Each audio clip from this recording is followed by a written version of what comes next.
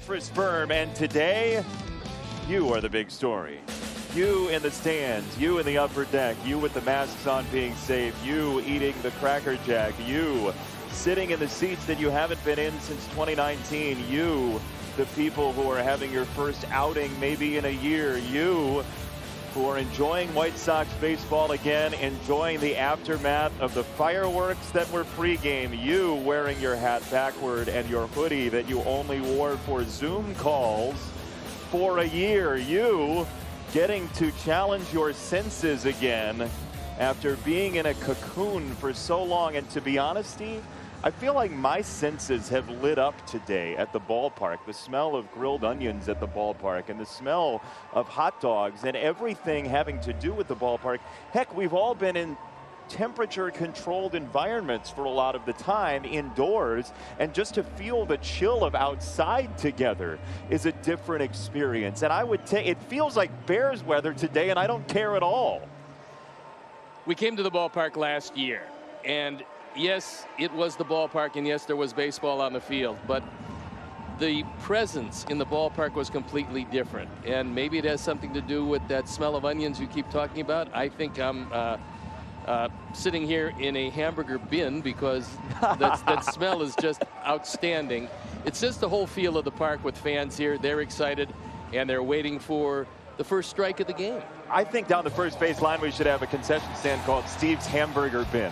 Time now for the Insure on the Spot starting lineup. Get your free auto insurance quote and save in just 2 minutes at insureonthespot.com. That's career weighted runs created plus, an offensive metric considering everything having to do with the player. And Carlos Santana in the 3 spot has always been dastardly against the Sox. He can walk with the best of them. Whit Merrifield, a very good player, and they will all face this guy. Lance Lynn last year with a bad ball club was a very good pitcher, so he's given every indication that he is in line for a big year this year.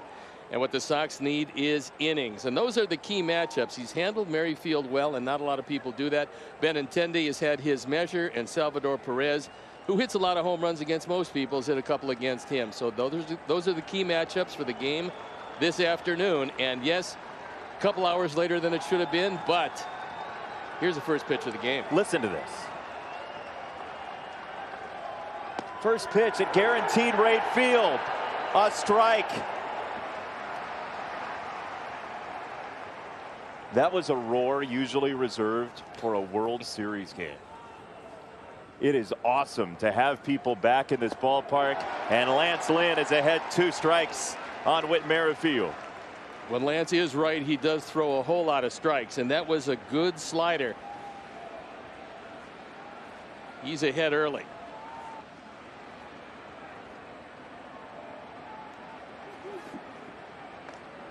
Oh, 2, Merrifield, a late hack and a strike. First inning is brought to you by Toyota today. That was really an emergency hack because that ball was almost by him. But a fine piece of hitting. Yasmani was ready to grab it and throw it around the infield.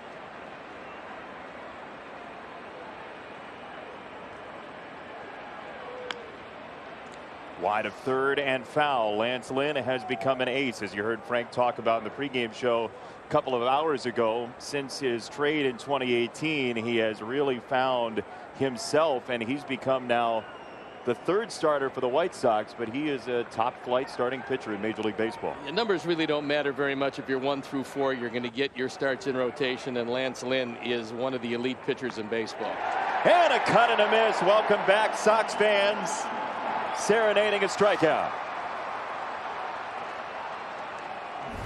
Lance stayed right on top of him, didn't waste anything, and threw one just out of the zone, too close to take. Merrifield is out number 1. He cuts this ball away from him. Good spot when you're ahead of the hitter. 58 degrees at first pitch. A chill in the air after a 2-hour, 12-minute delay that nobody really seemed to care about a whole lot, because the ballpark is lively. Swing and a miss from Andrew Benintendi, late of the Red Sox, now of the Royals, bolstering this lineup the left-hand side. Benintendi, number 1 draft pick with the Red Sox, and moved over to Kansas City. He was a good, solid player with the Sox. he was outstanding against the White Sox 2 years ago. He's 10 for 21 against the Sox in 2019. One of the things he does very well is go the opposite way. So Williams is in left. Occasionally you're going to get a fly ball down the line. Bullet for a strike, 1-2. That was a cutter from Lance Lynn.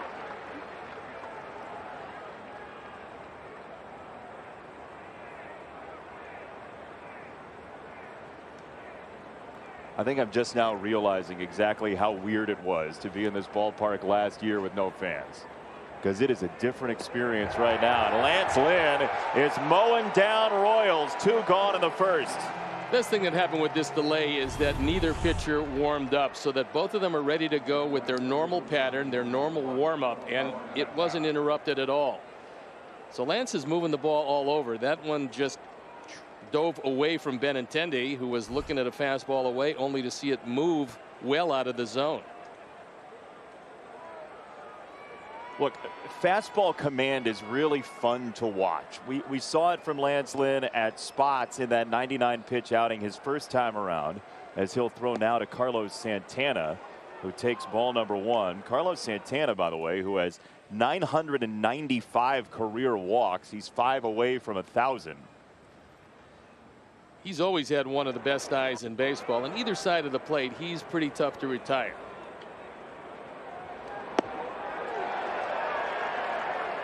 He rarely gets himself out. And the Royals are hoping that he can rediscover the power that he's had periodically throughout his career. He's very good for the Indians at first base. He's very dependable as a defender, and as an offensive player, when he's right, he's a force, but the numbers have been decreasing with every passing year. A souvenir. Here's our UI Health defense, and this is how Tony La Russa is going to put them out there this afternoon, with Williams, Robert, and Eaton in the outfield. Moncada, Mendick, Madrigal, and Abreu in the infield. Yasmani Grandal's got the plate, and Lance Lynn, who we have told you about and is the author of 2 strikeouts to start this game, is on the hill this afternoon. How about he makes it 3? Good sinker away, might get that done. 2 balls, 2 strikes. Tried to sinker away. He tried. You don't see Santana swinging at pitches out of the zone very often. And they signed him to a 2-year contract, so the Royals believe that Santana is going to somewhat resurrect his career, and they're hoping in the power department, although Kansas City is not an easy place to hit the ball out of. Very expansive gaps.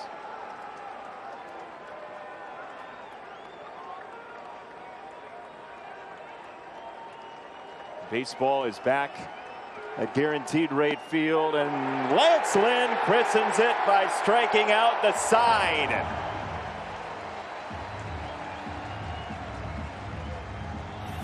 It was worth the wait. 1, a 2, 3.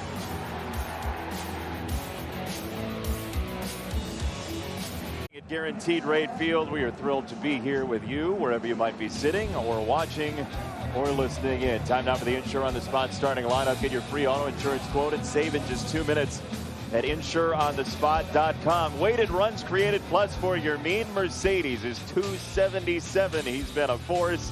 The MVP will bat 3rd, and Nick Williams added to the roster with Billy Hamilton going on the IL. Brad Keller, he of the good slider, put together a pretty good season last year. Look at that ERA below 2.5. The rest of the numbers outstanding. Opponent's batting average at 202. That's good. First pitch, ball 1 from Keller. Here's the key matchups. Jose Abreu hasn't done much with him. Yohan Moncada has. Leary Garcia has done a decent job. Adam Eaton to second base, and Merrifield for out number 1. Let's take it. Look at the defense. UI Health puts them out there along with Mike Matheny, and it's Benintendi, Taylor, and Isbell in the outfield with Dozier, Lopez, Merrifield, and Santana in the infield. Salvi Perez has got the plate.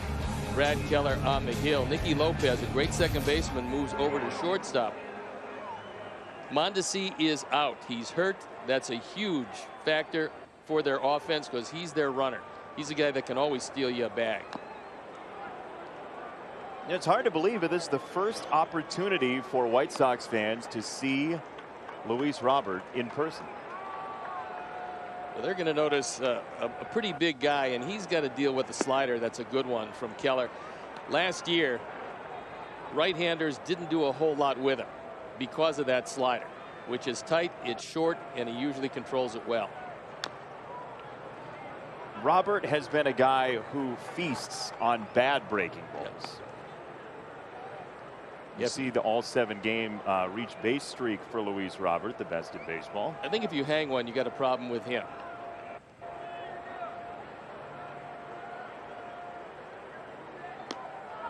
That was not hittable. 2-2. Now, we tried to overthrow a fastball, and 95 is something you're not going to see too often from Keller. But he cut across that fastball and threw it well out of the zone. Brad Keller got unceremoniously booed before the game, considering his tete-a-tete with Tim Anderson in the past. It's brush foul by Robert, a slider. That's a slider that he could handle. That was right down the middle. It wasn't breaking low and away like Keller's usually does. He is a big guy. 6'5", in the neighborhood of 260. 2-2, struck him out. It was the slider. Let's listen in. We haven't heard Gene Honda in a while. Batting third, the first baseman, number 79, Jose Abreu.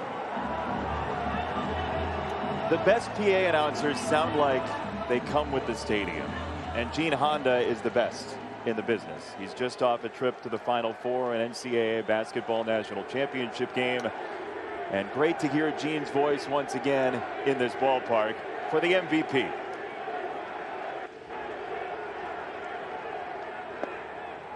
Strike one.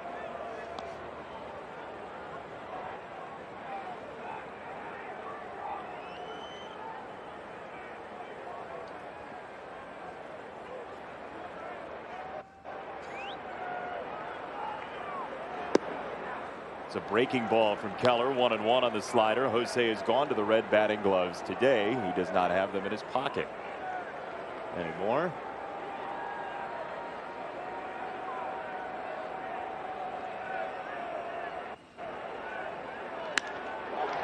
Jose Abreu in the air, right center field, and up the alleyway.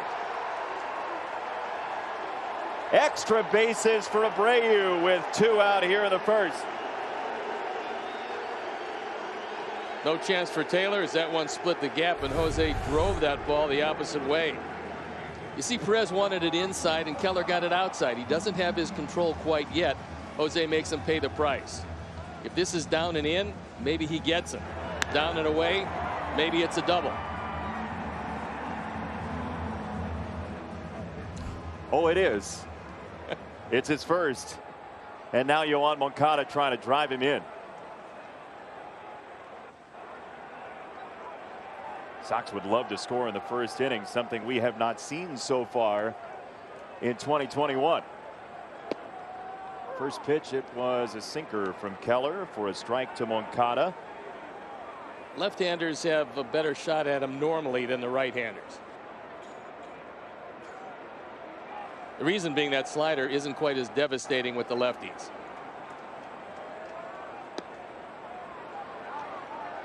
Threw a change. Doesn't throw too many of those. No, he threw one in his first start, and David Dahl hit it for a hit. Well, that'll convince you maybe not to break him out so soon, but figured he needed something against Moncada. Well, Keller got walloped in that first start against the Rangers. He went 1 1/3 and allowed 9 hits and 6 runs in a game that looked like it was played on the moon. That's usually not going to help your earned run average very much. No, you show up at 40, 50 on somebody else's home opener is what happens with that. It's a ball and a strike. And now 2-1 on Moncada. He missed with his sinker.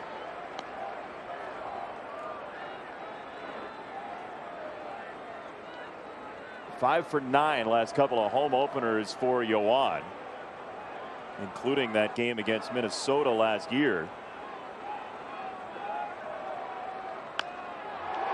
Yoan in the air, left center field. This is gone!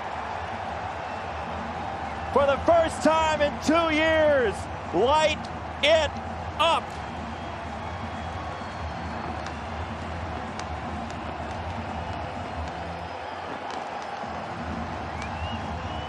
So the only inning the Sox had not scored in, they have now scored in the first inning.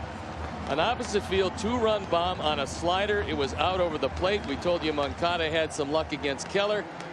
He puts the Sox on top by a pair early.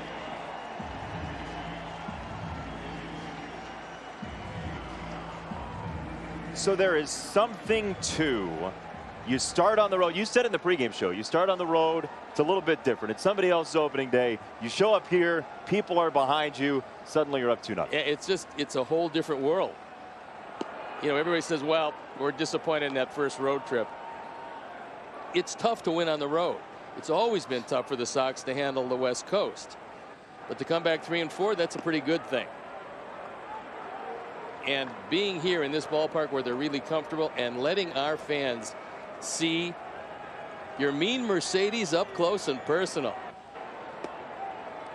First look at a guy who looks like he's going to be a perennial April All-Star at the very least. Certainly, if he keeps on hitting in the 560s, he's going to be okay. 2-1 to Mercedes. And your mean tattoos this ball. Oh, where is it going to land? Bring him home. Welcome to Chicago, 73. His second home run of the year. An introduction to the home folks.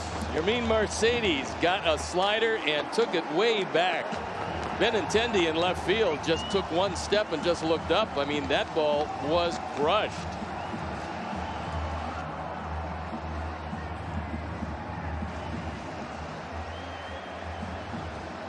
Wow. Well, for a guy that wasn't thought to make this team out of spring training, to the guy that he's become, look at that smile. I mean, he's just enjoying every moment of his first major league experience. Luis Robert pounds him on the chest, 3-0. Why don't we watch him again? What do you say? What a nice thing to do. Ford home run replay. Yoan Moncada. Slider. Doesn't do much. Goes out of the park. 2-0. Stayed right with it. Didn't fool him whatsoever. And he knows it's gone when it left the bat. And don't worry, Ford. We'll be back. Yeah, we will. Whoa. I mean, that... As if the fiction book that is Your Mean Mercedes, as if it needed more to it. That was a concourse tester. Yeah, I mean, it's really amazing what he's done, and his first look in front of his home fans. First time ever played in this park. Likes what he saw and took it out.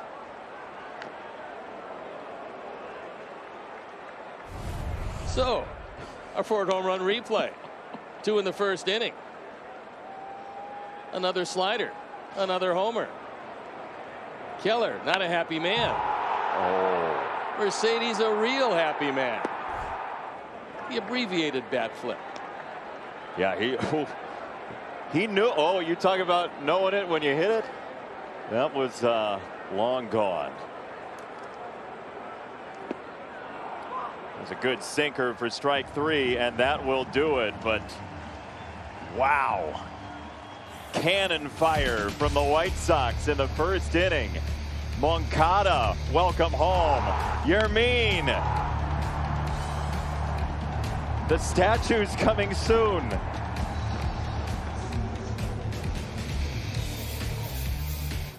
To you by Menards, where you can get a lot of lumber if you need it. The Sox don't need extra lumber right now. Yoan Moncada, Your Mean Mercedes. Got to be the first time guys with the initials YM have gone back-to-back in Major League history. as Lance Lynn throws the first pitch upstairs, ball one to Salvador Perez. But if you're looking for a good start to your home season, I would say striking out the side and then hitting back-to-back home runs the bottom of the first is good. Worked out really well, and now you want to see this rain go away. Yeah, the rain has started once again as Lynn feeds a ball high. It's 2-0. Well, now that we've started, I mean, the forecast seems like the rain is going to push off as the day wears on. That would be the hope, and that we will have multiple windows to play this game in.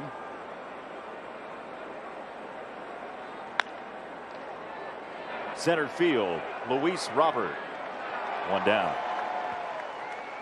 The 2021 Chicago White Sox, presented by Guaranteed Rate. Learn how you can turn your belief in a new home into action at rate.com. If you believe, you will. And to get priority ticket access this season, secure a ticket package by visiting whitesox.com today.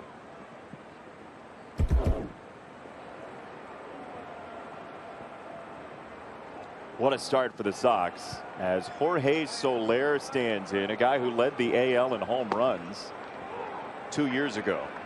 Well, he can hit him a long way, and he can hit him to all fields. What he can also do is strike out quite a bit.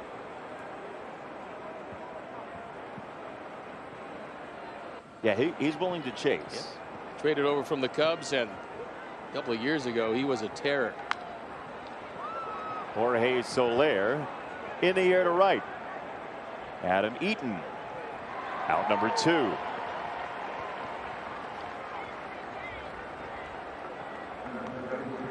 Now here's Hunter Dozier, who got himself a 4-year contract extension before the season.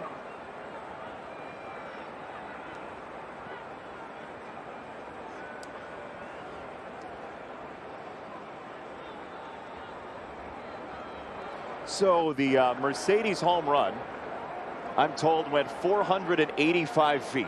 Boy, we are optimistic this spring, aren't we? I mean,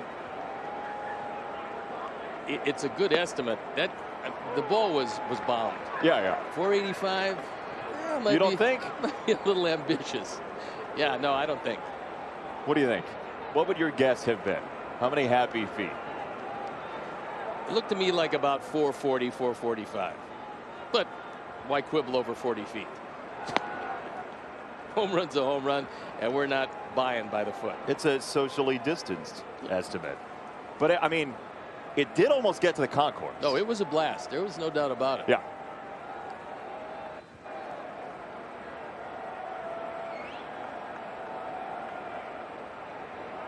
One ball, one strike from Lance Lynn. And there's the fastball. He throws it at 93. He puts it in what you would imagine would be the hit zone, and he gets away with it. And that was the most amazing thing watching him pitch as an opponent. Was you looked at his stuff and you figured, okay, well, he's thrown all fastballs or a variation of the fastballs, and we'll get to him. And then you notice that he doesn't use the middle of the plate very often on anything, and everything he throws has a little subtle movement. It's not that he has a great sinker. It's not that he has a great cutter. It's not that the fastball is overwhelming. It's just the combination of all of them make him terribly difficult to square up because he's in the zone a lot. He's not using the middle of the plate. And yeah, you might make some contact against him. He's not going to be a huge strikeout pitcher, but you don't make solid contact very often. Look at that. Season opener and home opener. Giolito and Lynn struck out the side as this ends up in center.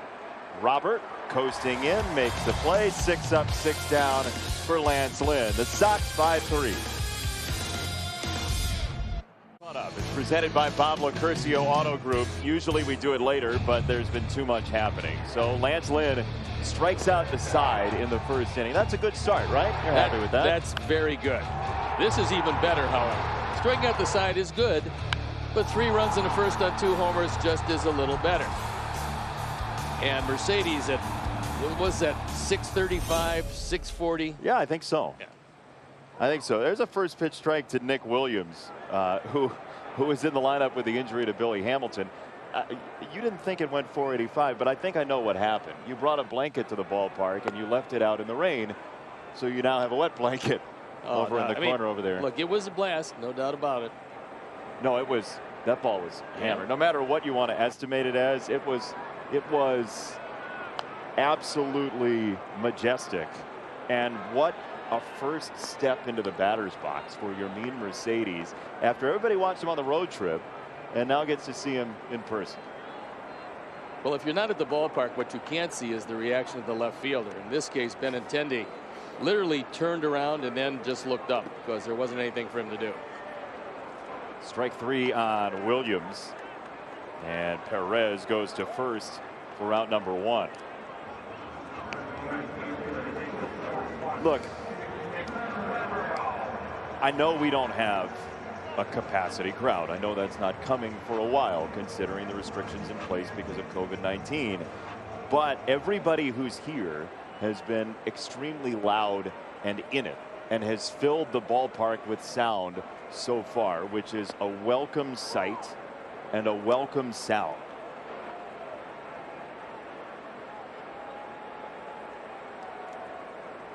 Just a great way to start your home season. Last year 30 games here. This year the requisite 81.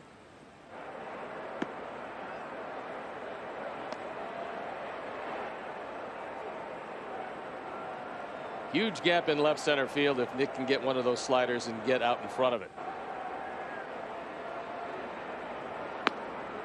Outside, 2 balls and a strike on Madrigal. How about this stat? Nick Madrigal in his career, Steve, has 21 swings and misses. Ever. It really is pretty amazing. Great hand-eye coordination. And one of the things I like about him this year, it looks like he's more willing to take a walk. Didn't want to walk too much last year. No. But this year looks like he's going to take him if they don't throw to him. And of course, with 2 strikes, he's not worried about putting the bat on the ball because he'll do that. 3-1 is up. There's your walk. Ball 4. Madrigal is on. After we're done here, keep the party going and pick your poison. You want to watch the Blackhawks? Stay tuned on NBC Sports Chicago. You want to watch the Bulls? Flip over to NBC Sports Chicago Plus. Don't have 2 TVs? Stream one on the My Teams app. You don't like any of those choices? Well, can't help you. The end of that was an ad lib, to be clear. Oh, that wasn't, no, you didn't. That wasn't written there? You don't remember that? Yeah, we got plenty of sports for you. That's what we're trying to tell you. We got all sorts of sports. Throw to first, and Madrigal's back in safely. He's Steve Stone. I'm Jason Benetti. We're just glad to be back at the ballpark. We've been watching the road games off monitors along with you. We hope to travel at some point this season, but to have the home game and to have the ballpark is it's a pretty awesome deal today. Danny Mendick just up from Schaumburg yesterday, and Madrigal drawing some attention over at first. Keller almost threw that one away. Santana's a very good first baseman. That one almost got by him. You got a pretty solid inner defense to these Royals.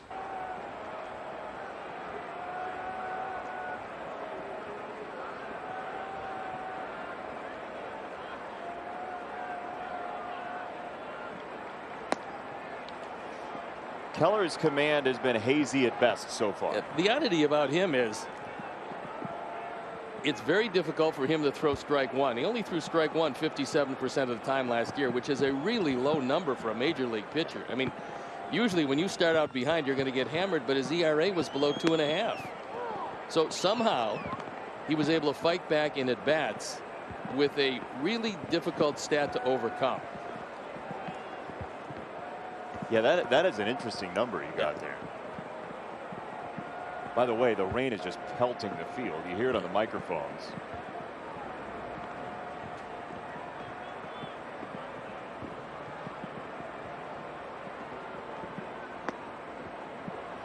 Ball and 2 strikes on Danny Mendick.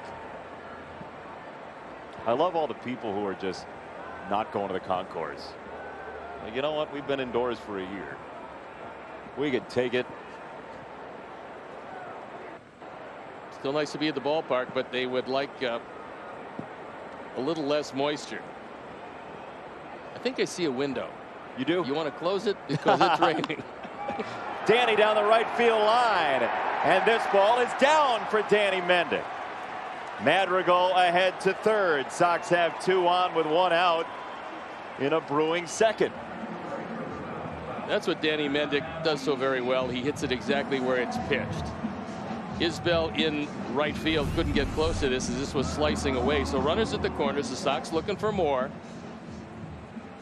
And Danny Mendick, who's making the most of his ability to get in the starting lineup due to injuries. And you don't know how many chances you're going to get. When you get your chances, you have to make the most of them. And Danny is one of those guys that will give you everything he's got every day, regardless of what position you put him at. Well, you've said it before. I mean, he's made a life of doing that, of taking opportunities and running with them. One of those guys, and you see him occasionally in baseball, where something happens at the level higher than he's at, and they say, okay, well, he did really well here, but it'll all even out when he goes there. Then he goes there and does it and says, well, yeah, he did okay here, but when he goes to the next level, it's going to even out. Up into the major leagues, where he really had some really good moments last year. And this is a guy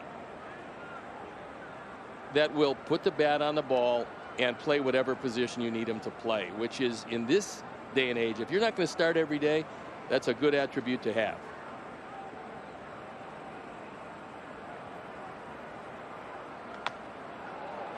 Eaton a little tapper out in front of the plate. Salvador Perez spins around and has no play at first. Safe the call. Bases loaded for the Sox. That is a prototypical Adam Eaton base hit if you've ever seen one. Well, Salvi came out and he had to take a look toward third base. He wanted to see just exactly where Madrigal was. And it was that maybe little bit of hesitation that probably cost him the base hit, as Eaton is hustling down the line. He beats the play. And a golden opportunity to really put a hurting on Keller. You remember the last time the Sox had a home opener that they sort of ran away from? It's been a while, don't you think? I can't remember one. Yep. And this is early in this one, but the best sign is that it's starting to clear up. Getting a little brighter. Base hit here would make it really bright. I could use a little bit of that over here. In the air to left on a line, and Benintendi. Madrigal's coming home, and the Sox have run number 4. It's a sac fly for Luis Robert on the first pitch he sees, and the Sox are up 4-0.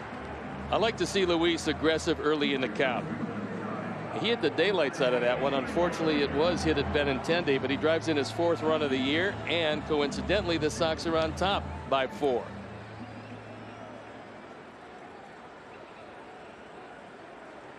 Luis has looked pretty good in the early going. I mean, pitches he used to swing at and miss consistently last year, he's starting to put the bat on it. And when he makes contact, he makes really hard contact. Oh, yeah. The MVP chant is starting again, Steve. Well, they really respect their guy, and their guy is that guy. And what a presence he's been in the middle of this lineup. Only time he gets in trouble is when he tries to drive in 4 runs with 1 swing of the bat. I mean, not that he won't hit a grand slam, but he tries to do too much at times. It's amazing that he is the one guy who's actually done that twice this year. As you see the ceremony with the White Sox chairman Jerry Reinsdorf celebrating the MVP, they had a couple of very nice words together on the field. You can tell the affection for one another between Jose and Jerry Reinsdorf. And this is home for Jose Abreu. Well, he's chosen to be here, and hopefully he chooses to spend the rest of his career here, however long that is. But we see Cruz into his 40s still hitting the ball at the ballpark consistently, and I can see Abreu doing the same thing if he wants to. Yep. Keeps himself in great shape. He's actually in better shape now than he's been, and you would have to think that if he wants to stay around, his body will allow him to do that. Little bit behind the sinker at 92. If he made contact with that ball, there might have been a hole in the scoreboard. See that? Runs driven in since the start of 2019. It's not close. No, and there's some pretty good players on there, especially Freddie Freeman, a fellow MVP.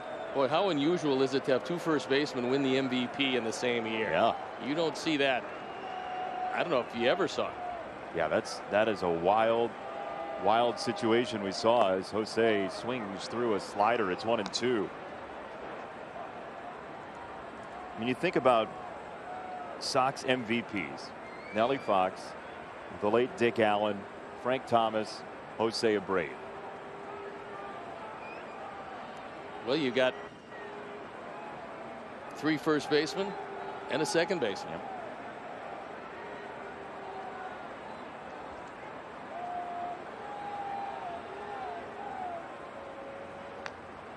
Jose stays alive. A little half swing deal on the slider.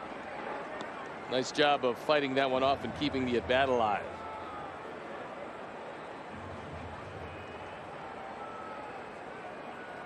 Taylor is well over into right center field. So they don't anticipate Jose pulling anything. If you look at that, it probably tells you that they're going to try to stay away from Jose. Or if they go in, they're going to go way in. You better not miss. Fouled away right hand side. We're in the second inning and Keller is going to deliver pitch number 48. So forgetting the runs for a minute, that's a whole lot of pitches not through 2 innings quite yet. Now Kansas City's offense was lively the first couple games of the year. They have calmed down a little bit in that series in Cleveland. But you do have to look out for these guys. 4 quite often is not enough against this Kansas City side.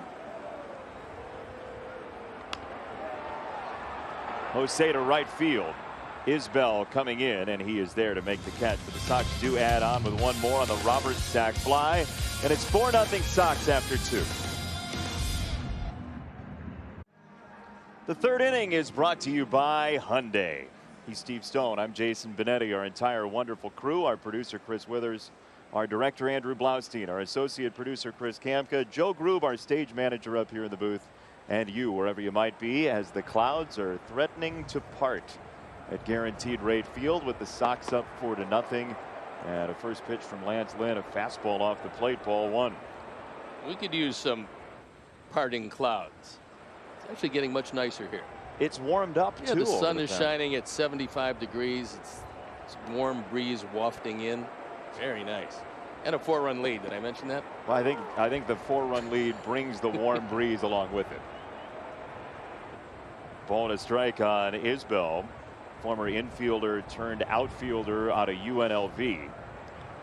Doesn't usually have a whole lot of pop. Is a contact hitter, however. One of 2 Isbells to ever play in Major League Baseball. The other one was part of the hitless wonders, Frank Isbell, in 1906. He had another L, but it's still the same name. It's a homonym, right? Oh, I'm Is that what sure. you call that? Oh, as far as homonyms go, yeah, that's certainly one. Thank you for the backup. 1-2. Lance Lynn cuts him down. 4th strikeout. 7 up, 7 down for Lynn. Play the Sox Split 50-50 raffle presented by Wintrust for your chance to win the opening day guaranteed jackpot of at least $100,000. It's building right now. Play along with an online purchase at whitesox.com/SoxSplit and be sure to enter before sales end. Bottom of the 7th inning. Remember, you got to be in it to win it, and the current jackpot is right now at $101,660. So it's climbed over $100,000 already today, and we will see where it gets to before the 7th inning. That is new lumber coming for Michael A. Taylor. Caught that one off the end of the bat, and that bat is a goner. It served him well. Did it though?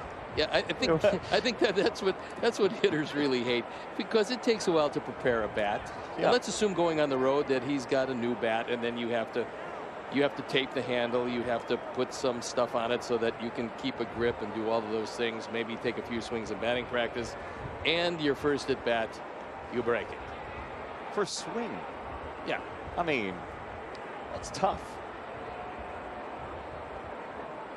You pitchers never had to do anything like that. You just take the ball and you throw it, right? Or ask for another one. Not if it's scuffed, you don't.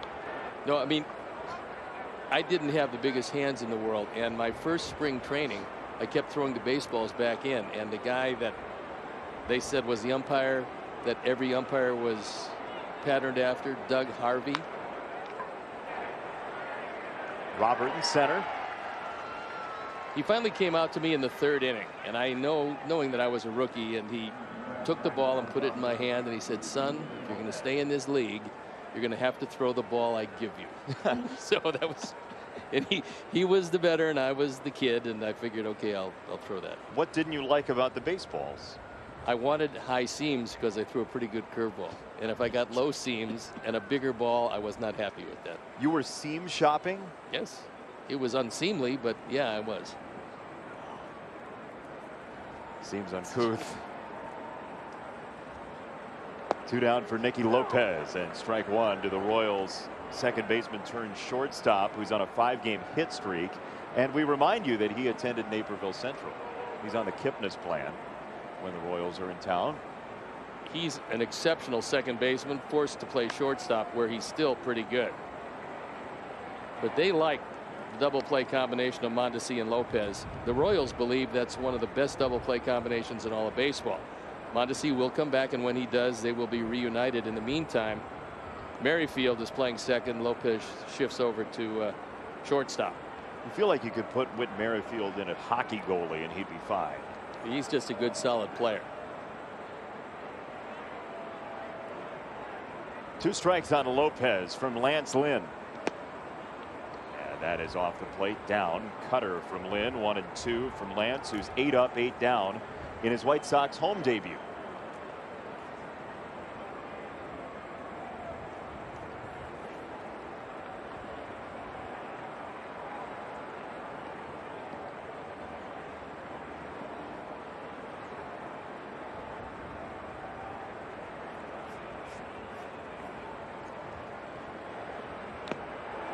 Tipped into the glove, strike 3. So 1 revolution deep. Lance Lynn has been perfect on his first trip to the South Side. Strikeout number 5 for him. Welcome, Lance. As Lake Michigan goes, so does yesterday on White Sox baseball. This from my broadcast partner. Mr. Fix-It was not my nickname. What's the last thing you fixed? Oh, we'll have to find out after this throw to first. A Little League baseball game.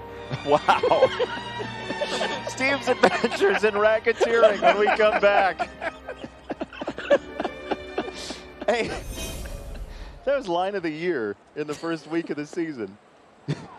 Of course I jest. I would never do that. No, yeah. No, we played on the up and up. Is that right? I think so. Yeah. Oh my goodness, we love yesterday in White Sox baseball. I've been laughing about that for 24 hours. Thank you for bringing joy to us. Yoan Moncada homered in the first. It was a 2-run homer. And now he's at 2 balls and a strike against Brad Keller. And the Kansas City bullpen is interesting. We'll see it, we would imagine, early today, considering the 51 pitches. They only have 1 lefty out there, unlike teams we've seen in the past. Yeah, but different teams employ their bullpen differently, and if they don't get back into this game, you're going to see a different bullpen than we would normally see. So first and Santana feeding Keller. Time now for the momentum changer, presented by First Midwest Bank, and it's back-to-back home runs in the first inning. That's usually going to change your momentum. Yoan Moncada with a 2-run shot, and then a titanic home run. Mercedes rounds the bases. Keller is not very happy. That looked like it was 540 feet. It's growing. It seems to be. His legend is growing, as is that home run. Mercedes sounded like he broke his bat, and he parachutes the ball into right center field. Yermin Mercedes is 2 for 2 at guaranteed rate field. I'll tell you what, just take him to Cooperstown, put him in the Hall of Fame, because he keeps on hitting. This ball's out of the strike zone. I mean, this is a terrific pitcher's pitch. It's low and away. It's out of the zone. He catches it off the end of the bat, breaks the bat, and dumps it into right center. So you've seen the long and short of it. And the reality of it is that he can really hit. He's always felt like his hit tool plays in Major League Baseball, even when he was probably thought of to be crazy for it in 2014 when he's in independent ball after 3 years in the Dominican League with the Nationals. He always had the confidence to believe that the hit was going to happen. His hit tool was going to play. And now he's found an opening at DH with the White Sox, and he's found a home.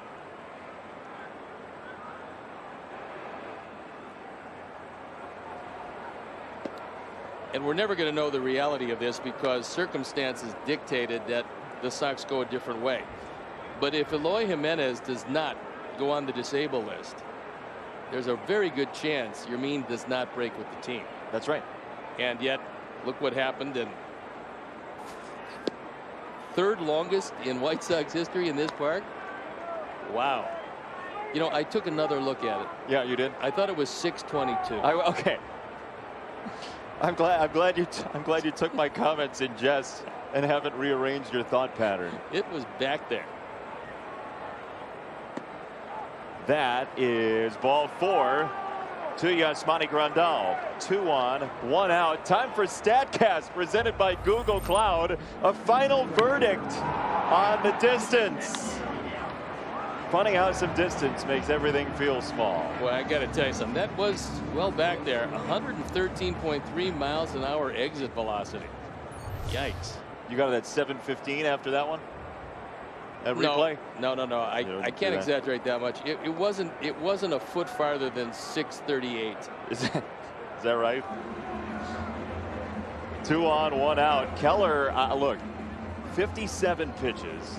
2 on, 1 out. Nick Williams going to bat here. This is everything you could ever want in a home opener after everything we lived through last year. Yeah, I mean, it's a really nice start to this one. Still a long way to go. Selby went out there not necessarily to calm down Keller. He went out there to allow that bullpen to get loose because Keller is going to deliver his 58th pitch, and we got 1 out here in the 3rd inning. To Nick Williams, who was in the Futures game just 6 years ago in 2015. He was a hot prospect in the outfield. As that's a ground ball up the middle, it is the feed from Lopez to Merrifield, and they have turned 2 to end the inning. Sox still up 4-0 after 3. Jake Granola, yesterday's Sox math winner, and I got 3 things to say. Shout out Sox over group chat, shout out to Punky's Pizza, and happy home opener. I'm sure the Sox are killing the Royals right now. Here's today's Sox math question. Jake's right. It's 4-0 Sox. He taped that yesterday. Number of runs Sox scored in Seattle multiplied by grand slams Abreu has this year, plus the number of the day in September 2019, last time the Sox played in front of home fans, so what day of the month it was, minus the number of letters in the last name of the winning pitcher in that game. Ooh, a little wrinkle in the end. A wrinkle in the end. There's ball 1. I'm going to leave that there. Lance Lynn to Whit Merrifield. 9 up, 9 down for Lance so far in his White Sox home debut, as there's blue sky starting to creep in. Yeah, it's looking really nice at this point. I'm glad you decided to stay around. Thank you. 2 balls and no strikes on Merrifield. I got a question for you. Yes. The Royals are scheduled to play 8 straight day games to start the year. And that's an interesting factoid, but does this now count as a night game because it started at 5:22? It does not. It doesn't? Nope. 2-0 in the air. Center field. Roberts coming in, and Luis parks to make the catch for out number 1. What's your cutoff for night games?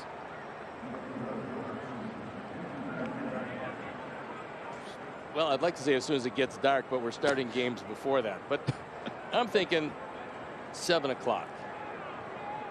You think 7 o'clock? 6 for sure. 5:30.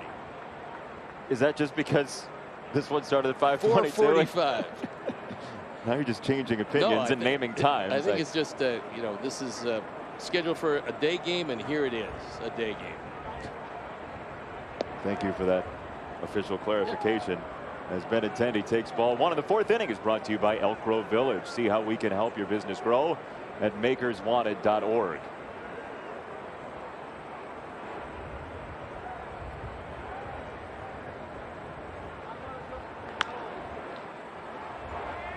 Benetti to left. Nick Williams is there, and he makes the catch for out number 2. You like watching Lance Lynn pitch? I'm liking it a lot. Little Pally. The reason is he gets the ball and he throws it and throws strikes. They either hit it or they don't. Here it is. Let's get on with the game. And so far things are going awfully well as he's retired 11 straight. He's going to be speaking at Major League Baseball pace of play seminars. No, I think watching him work, he's obviously very confident. His stuff very good today. And again, he's not using the middle of the plate. So even though the occasional guy's putting the bat on the ball, they're not squaring it up.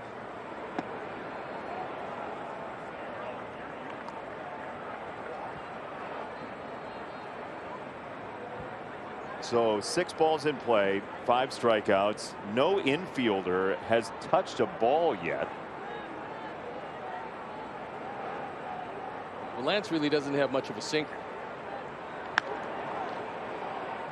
This to right field. Eaton going back. Eaton's at the track, and Adam Eaton makes the catch to retire the side. 12 in a row for Lance Lynn.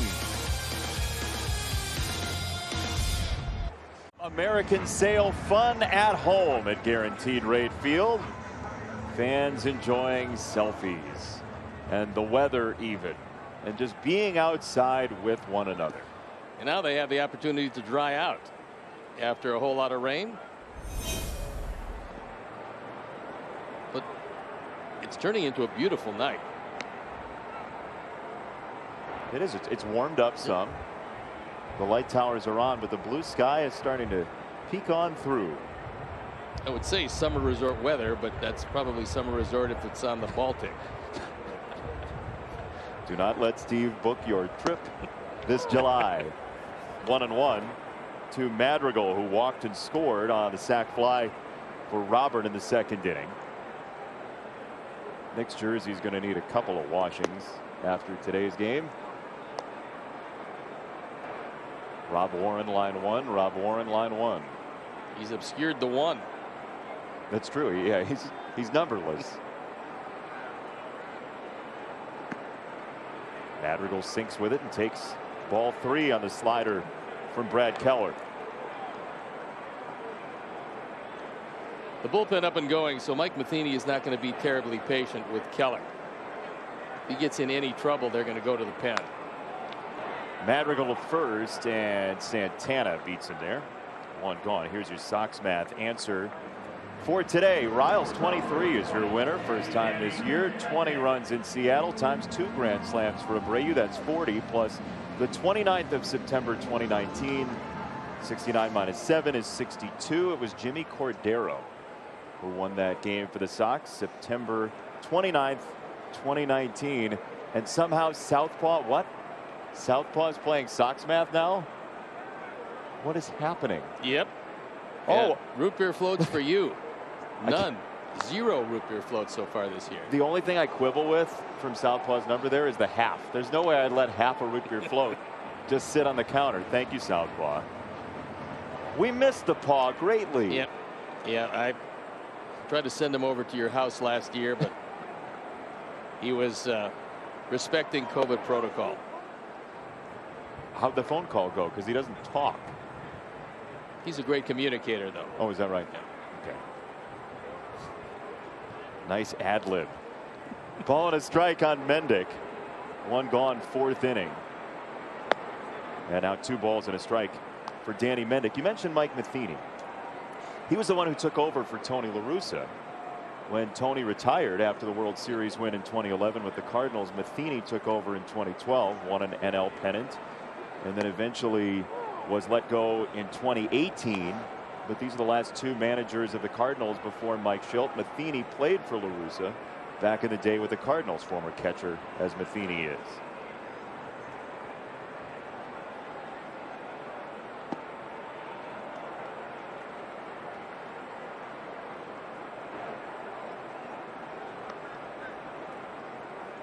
We mentioned earlier on in the ball game, Tony La Russa had not managed a home game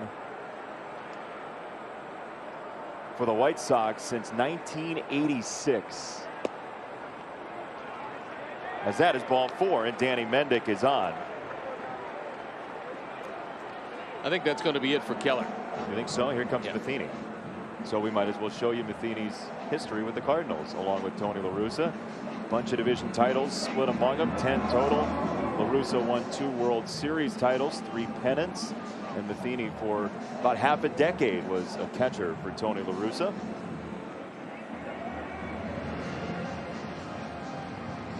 And so we say farewell to Brad Keller, who was serenaded with booze in the pregame. Sox fans like him a little more now. Gives you the best experience at Guaranteed Rate Field. Buy and manage game tickets, order your favorite food and beverages, access exclusive content, and much more. Download the MLB Ballpark app today. Our Lakeside Bank call to the pen. Lakeside Bank, it's about time, and Kyle Zimmer comes into this off just a great year last year. Starting off with a great year this year, but last year 1.57 ERA, appeared in 16 games, just one of them a start. And the numbers were just outstanding. Did not give up a home run last year. Yeah, he was tough. Zimmer was. He's the first right-hander out of the bullpen. They have 7 down there. And he'll face Adam Eaton with a first pitch strike. We mentioned in the pregame the Sox were 9-1 against Kansas City last year, which is usually not something that happens in this series, which is a hard-fought rivalry in the AL Central. Yeah, I mean, there were some unbelievable games between these two teams. 2, 3, 4 years ago, each game was tough and tight. Strange things happened. A terrible series in Kansas City where Sox had the lead late just about in every game, only to see just about everyone slip away. So last year was the aberration, not the norm.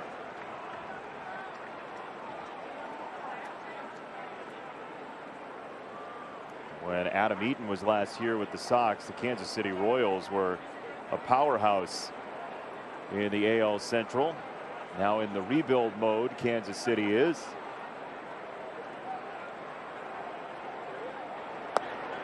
Upstairs, throw to first, and safe the call on Danny Mendick. Hey, due to the late start of today's White Sox game, the Blackhawks game scheduled at 7 will start on NBC Sports Chicago +2. To find the +2 channel in your area, please scan the QR code on the screen now with your camera phone. Go to your screen, scan it, and we'll join the Blackhawks game here immediately following the White Sox game. How easy is that? It's really easy. I mean, if it gets to +3, you have to go and make a circle around the bear that's at the corner of your neighborhood and then go get them. But this is, in lieu of that, this is easy. The Moose should have told you. 2 out here in the 4th. Good overhand hook. And you can see terrific rotation on this one. When's the last time? I'm sorry. Yeah. I'm sorry. Finish your thought, no, please. It's by the boards already. It is. Yeah. It's become superfluous. I was writing down my strikeout. I wasn't looking at you, so I just figured you weren't talking anymore. Nope. I gave up. You did. Okay. Well, what I was going to say, pass too. Yeah. Yeah. We're a well-oiled machine for the home opener, ladies and gents. It's working great. We didn't do that once in the studio for 7 games. What are we doing? Come on. Luis Robert to shortstop. That had some pace to it, and they do get the out. Nicky Lopez threw a bocce ball to second base and got the lead runner, Danny Mendick. You want to take it to break, or you want me to do it? No, it's terrific. No, I'll go ahead and do it. Go get him. Oh, you do it. 4-0 Sox after 4. Opposition research. And we're going to do some on Kansas City here. We're going back to old Municipal Stadium. Their stadium before Kauffman Stadium. When Kansas City moved there, the Royals when they got their team after Kansas City moved away and went to Oakland, the A's left. But the Royals played at Municipal Stadium for a while. Look at how many different teams played there. The Chiefs were there. Jackie Robinson, for a while, played in that same stadium in the Negro Leagues for the Kansas City Monarchs. Here's a tapper to first base, and this is going to be the first base runner. Lance Lynn didn't have a chance to get over there, and Salvador Perez gets to first. So the perfect game is over on a squibber to Jose Abreu. Well, Lance has got to somehow cover first base. but he decided against it.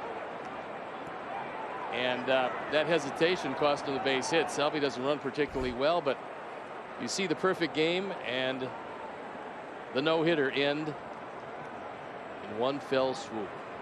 You ever see a swoop that wasn't fell? No, and you never see two fell swoops either. While we're at it, fifth inning brought to you by GMC. We are professional grade. Ground ball foul, third base side from Jorge Soler. What a way to lose a perfect game. Yeah, unfortunately, Lance started to go there and then decided either he wasn't going to make it or he would throw a double play ground ball here.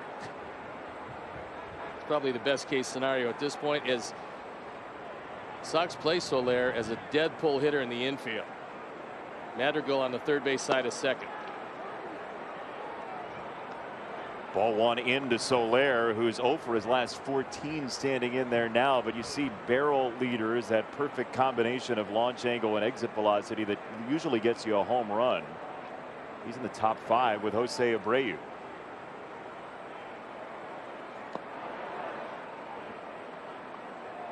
He was in the Cubs organization, and as powerful as he was, they really couldn't find a position for him. So moved on to Kansas City. Used mostly as a DH. Will occasionally play the outfield, but he's more of a DH type, and he can be very destructive. He is enormously strong, and there you see the defense and how they're going to line up.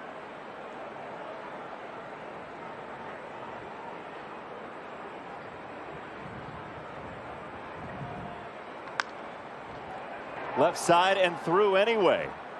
Base hit for Soler. 2 on, nobody out for Kansas City here in the fifth inning. So glad you can be with us. Jason Benetti, Steve Stone, and our pleasure to bring you White Sox baseball. Steve, for you, you've been through a lot of opening days.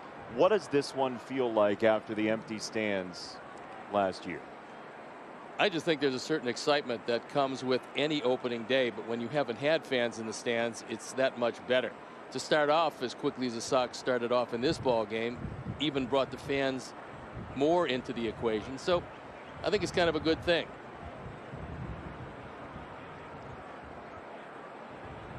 Two on, nobody out for Dozier.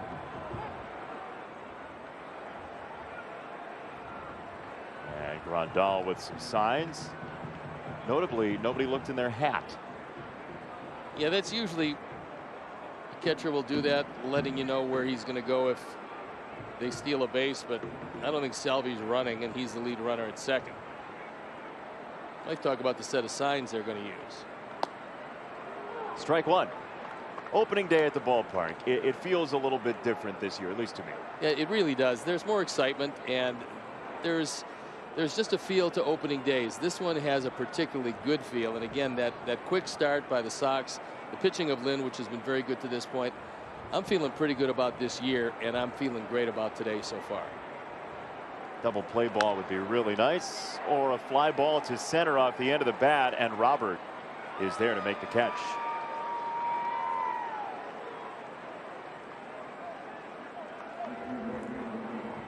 Four 4-0 Sox. If you missed it in the first inning, Yoan Moncada, Yermin Mercedes, back-to-back home runs. Then an add-on run for Luis Roberts, sac fly in the second inning. Sort of a Gotham City-like sky now. It started to clear up. It looked like literally the sun was going to come out. Not sure how much sun you're going to get at 20-7, but it looked like it was going to come out, and now it's got a little darker again.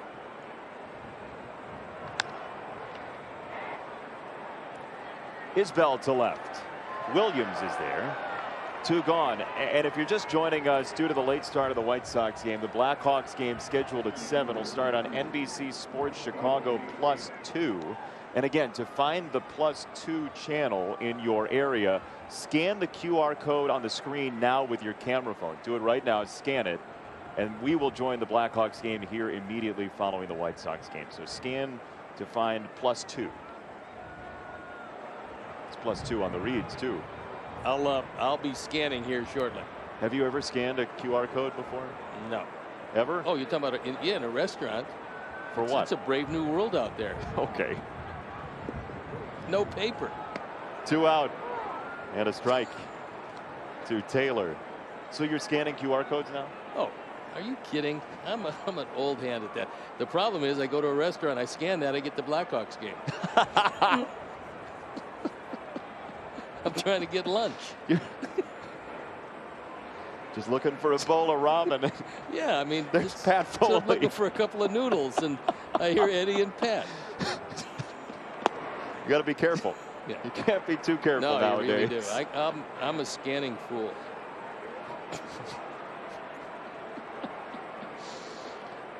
Yesterday on White Sox baseball, I could see it already. We'll have Pat and Eddie doing a promo for us. Ball and a strike from Lance Lynn to Michael A. Taylor. Very strong-armed outfielder, Taylor, formerly of the Nationals. He was a postseason star with the Nationals. He's also a great table tennis player. Really? I saw him wax people in a AAA clubhouse in Syracuse. It's pretty good. Really good. He and you would be a good battle. Yeah, if we could move 30 years in the past, maybe. No, you still have lateral movement. Yeah. Don't sandbag. Oh. It's fun. I really enjoy that game. I know you do. Yeah. 1-2 for Taylor. 2 on, 2 out, 5th inning for Kansas City against Lance Lynn, who steps off. I think you'd probably like to take him down with a little cutter or slider away. Outfield about a step to pull. No ground out at this point. Why start now? Strike 3. 2 singles, no harm done. Steve, you like Lance Lynn? I like him a lot.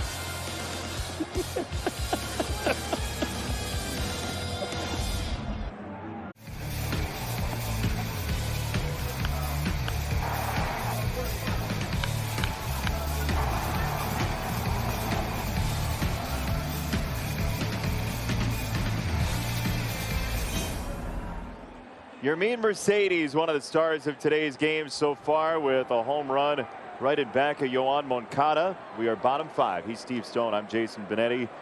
And you are you, wherever you might be, with fans back in the ballpark for the first time since September 29th, 2019. So far, the game is going as scripted. Get on top early. Your pitcher, in this case Lance Lynn, is holding them down. Boys are hitting it out of the park, which they do pretty well. And everything sailing along smoothly. You know, yesterday after the ball game, I was struck by Tony La Russa's comments about the game. The Sox lost in odd fashion. Matt Foster was out there for quite a while, and Tony La Russa said it was lousy managing. And there's a Hall of Famer taking complete responsibility. It was refreshing. No, I thought it was really a good thing to do, because he had all the fans asking about it, and Tony just said it got away from me. I kept on thinking he was going to get out of the inning. He didn't, and he said it's tough to overcome bad managing and win a game. I respect that. Yeah, I mean, you don't see it very rarely. Will you see it in any manager? But a Hall of Fame manager, you just don't see it at all, and that was refreshing. A bundle of World Series titles. Tony La Russa looking at the lineup card, and you know, if history is any guide, Tony La Russa is a guy who understands the bullpen and understands what to do, and I'm sure, as it sounded like, he was beating himself up right after the final out yesterday.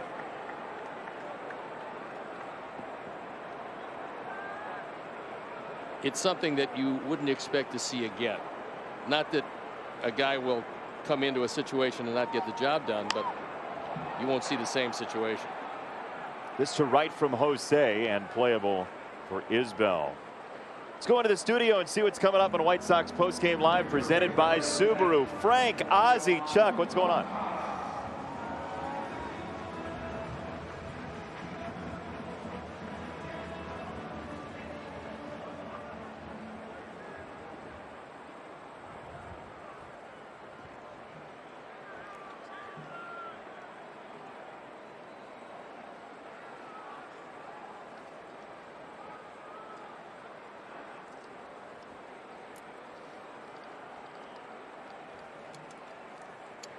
Look, you're not the only people with jerseys over there in the studio. Stoney's got one he's holding on to right now. We'll show you when we get a chance to, because everybody's got apparel nowadays. You got to get your Mercedes jersey.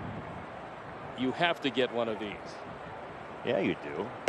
And I had some jersey envy, and so I quickly scrambled and got this one. This has become a very, very big seller and very hot. If you can get your hands on one, do it, because I think it's going to the Hall of Fame maybe next week, maybe the week after.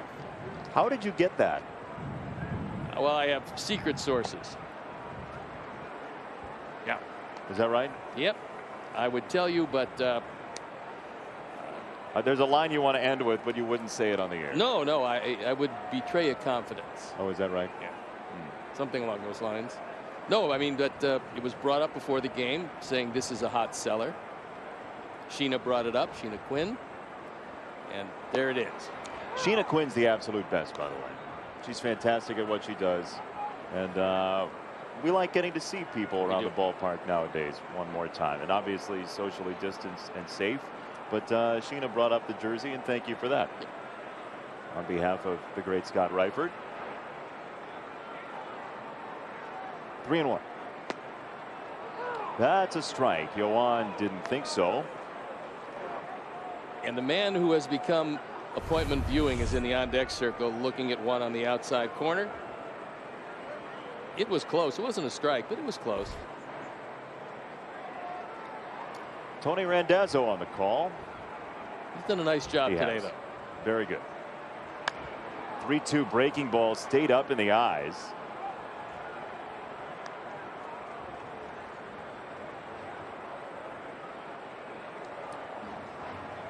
You're playing for today, but you're also playing for tomorrow when you're dealing with a bullpen. It'll be Mike Minor, another left-handed starter on the hill for Kansas City against Dylan Cease in his guaranteed rate field debut in 2021. That's Saturday. I said tomorrow. Yes. I'll figure it out one day. Chopper to second base. Merrifield for out number 2. Can you scare up a calendar for me with that Mercedes jersey? I can. And time now for the T-Mobile coverage cam, and we're going to cover every aspect of your mean Mercedes. It's a rolling slider that slid on out of here. That's a very powerful swing.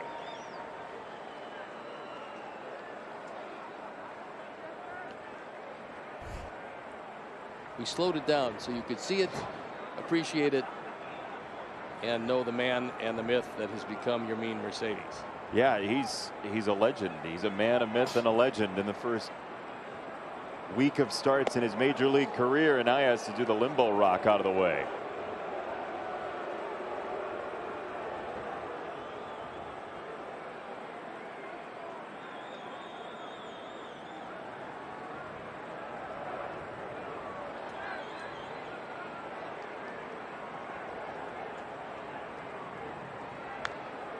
Fouled off by Mercedes. 1 ball, 1 strike.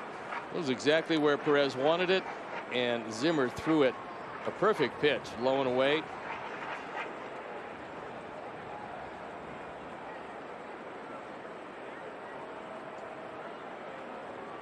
Your mean Mercedes, who's been through 3 separate organizations, Washington, Baltimore, and now has found a home with the Sox. Checked his swing. No go. 2-1.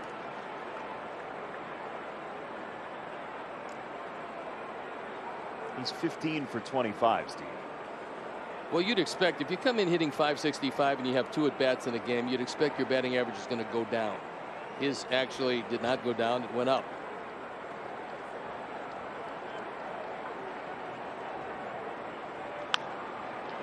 To third, Dozier. Ends the inning. 1, 2, 3 for Zimmer. We will go to the 6th with the Sox up 4-0.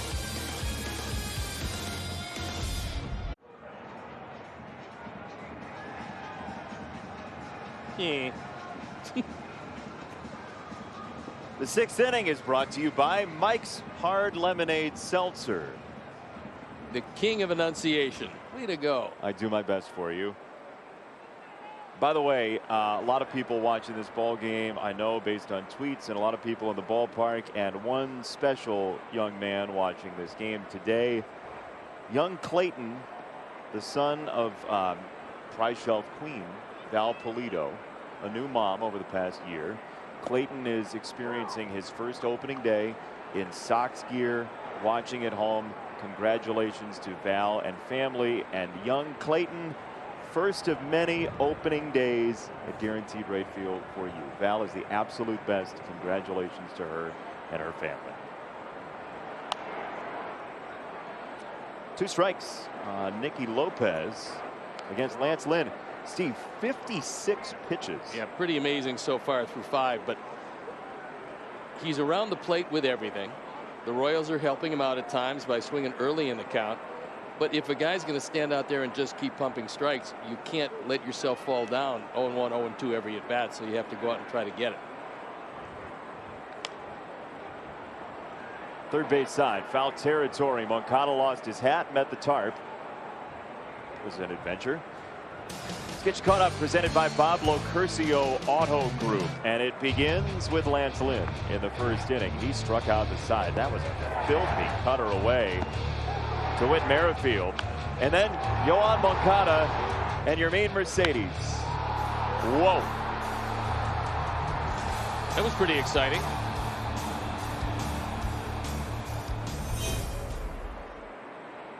And Lance Lynn keeps rolling right along. Oh boy, yeah. wow. That's Tony Randazzo.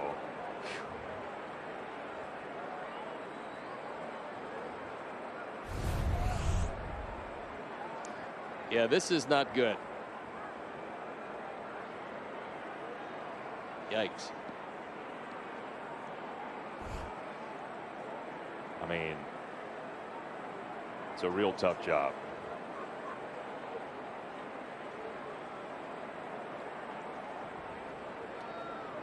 He's hoping he's okay. Todd Tishner comes in, Jim Reynolds, James Kruk, head trainer, goes over. That's just what happens. Your head trainer of the home team will come out and address any of the issues that an umpire would have.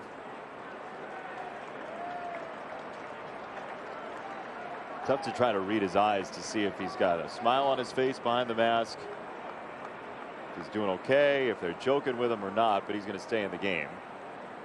And good to see. Well, every one of his fellow umpires has experienced that a time or two. It's not on the recruitment video, that's No, for sure. And you can't really get in shape for it. You just have to experience it. Abreu at first. Hey, Sox fans, for each strikeout by a White Sox pitcher at home this season, People's Gas makes a donation in support of White Sox charities. Since 1850, People's Gas has kept life moving in Chicago through their tradition of giving back to the community. Visit People's Gas on Facebook and follow on Twitter at People's Gas CHI for more information today. Well, it took till the 6th inning, but that's the first ground out as Lynn continues to keep the ball up in the zone, and they continue to swing under it.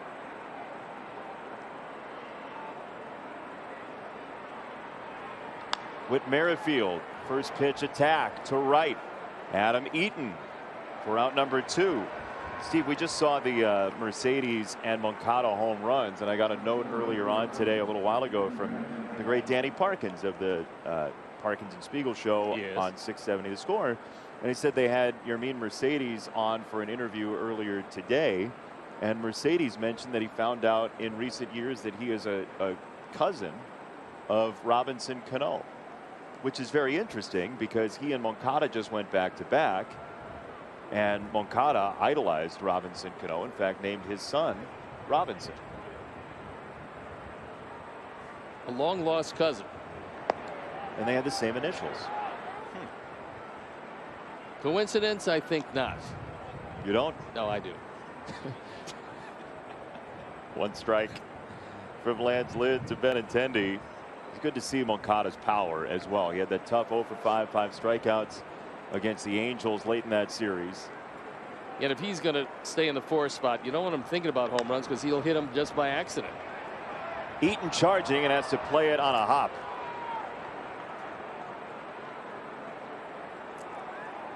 Third single given up by Lance Lynn, so he's been very much in command.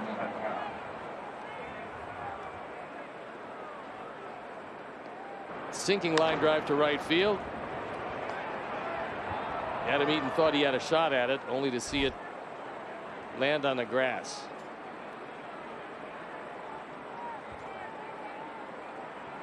Capacity today 8207, and that's what the Sox have in the ballpark today. It's a paid sellout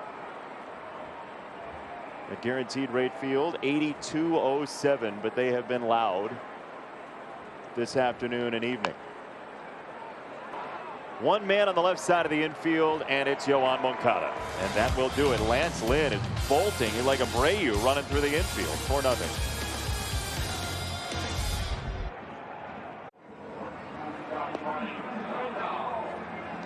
Today's game is brought to you by Marquette Bank. Since 1945, Marquette Bank has worked to improve the lives of neighbors, families, and business owners. They're a modern neighborhood bank with online banking, mobile banking, and digital home financing. Better than that, they're a bank that cares about your success and our communities. Discover neighborhood banking that feels good at emarquettebank.com. Got a new pitcher in the ball game. It is Carlos Hernandez. So against the Rangers, he got the win despite giving up a couple of runs in 3 innings, but he fanned 5 and walked only 1. He's the third Royal pitcher. Keller started.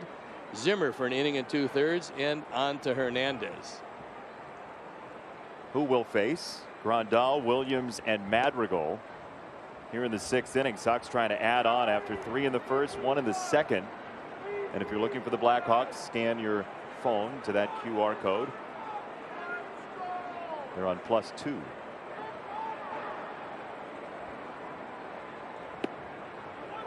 That's a strike on a curveball to Yasmani.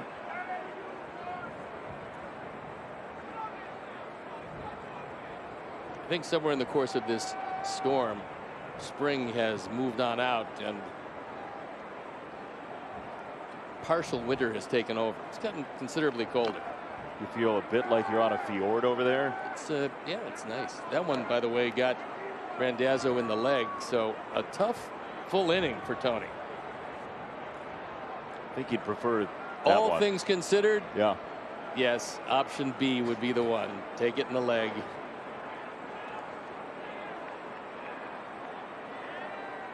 Two balls and a strike on Yasmani. And he swung through a good changeup, 2-2. Especially when you have a high 90s fastball, that changeup looks a whole lot better.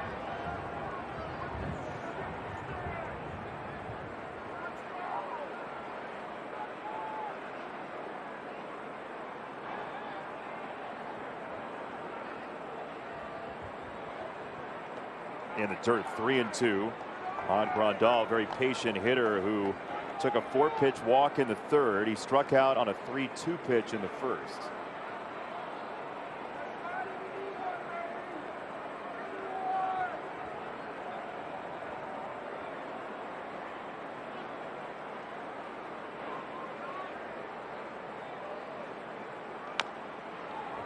Chopper wide of first and foul. That was 99 miles an hour, and you don't have a chance to make up your mind, but very rarely will you swing at a pitch that far out of the strike zone. Normally that's ball 4 and out first. This time he fouled it off.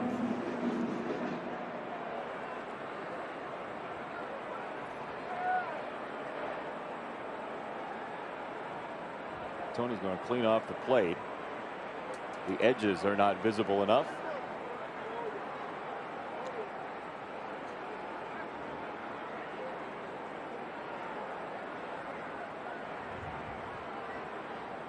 Three and 2.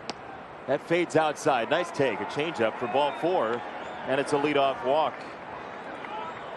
Sox fans, don't forget you have until the bottom of the 7th inning to play the Sox Split 50-50 raffle. It's presented by Wintrust for your chance to win the opening day guaranteed jackpot of at least $100,000. And the current jackpot is actually valued at $137,638. That's up to the second, like the cursor was moving as I was reading it. Play along with an online purchase at whitesox.com/SoxSplit. That's a big number at 137 plus for the jackpot. First pitch, whoa, to the backstop. Yaz to second base. That ball just exploded past Salvi. I'm pretty sure that's going to be a wild pitch, especially when you're looking for a low fastball and then you get one at 99 upstairs. They might call it a pass ball, but I'm thinking his rep will precede him on that. Charge it to the pitcher. It should. That ball just kept drifting and drifting. I mean, you said it though, with the location that Perez expected. Yeah, you're looking low and away, and then you get 99 that high. Tough to corral. Nick Williams takes a strike. Nick Williams had his first career major league hit off of Jacob deGrom. You're going to get one. That's a good guy to get it off. He was originally a Rangers prospect, then traded to the Phillies, and now eventually back in the majors with the Sox with the injury to Billy Hamilton yesterday. Williams in the sky, third base side. It is Dozier. There's a feeling that transcends generations. It's the love for Las Chivas de Guadalajara. Only Telemundo Chicago brings you every play to make your red and white heart beat faster. Telemundo, the home of Las Chivas. We have so many wonderful fans. Very few are as loyal, as enthusiastic, and as positive as a guy that's sitting in the left center field seats today, Gabriel Silva. Gabe Silva, one of our friends, and had to take in the ball game and remind us that it was home field advantage for the first time this year, and it's turned to be just that, Gabe. So I hope you enjoy the game. It's been good so far. Yeah, Gabe's an awesome Sox fan. We've seen him at Sox Fest. He's on Twitter. Somehow Nick Madrigal's jersey is dirtier than it used to be.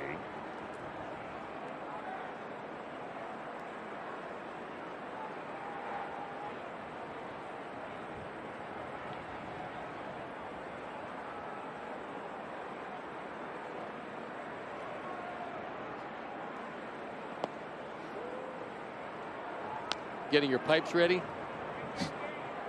Thank you for asking. Yes. Congratulations. Unique New York. This could be the one that catapults us into show business. You think? We're going to start a barbershop quartet in Skokie? Ooh, with Kobayashi? I don't think so. 1-1. Nick takes a breaking ball. He read it well. It's 2 balls and a strike.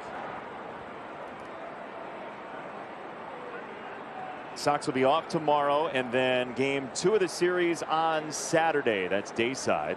Sox will take on the Royals in a 1:10 start time here at Guaranteed Rate Field. Then Sunday 1:10 again.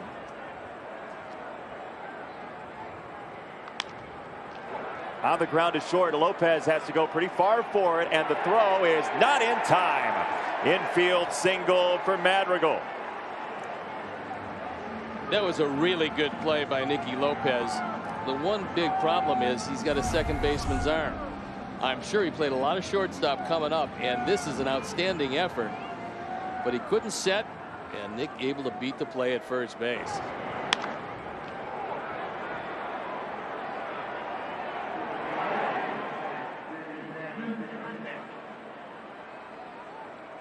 There's your freeze. Nice effort. Did I tell you it was a local product? You did a little earlier, but repeat your best stuff.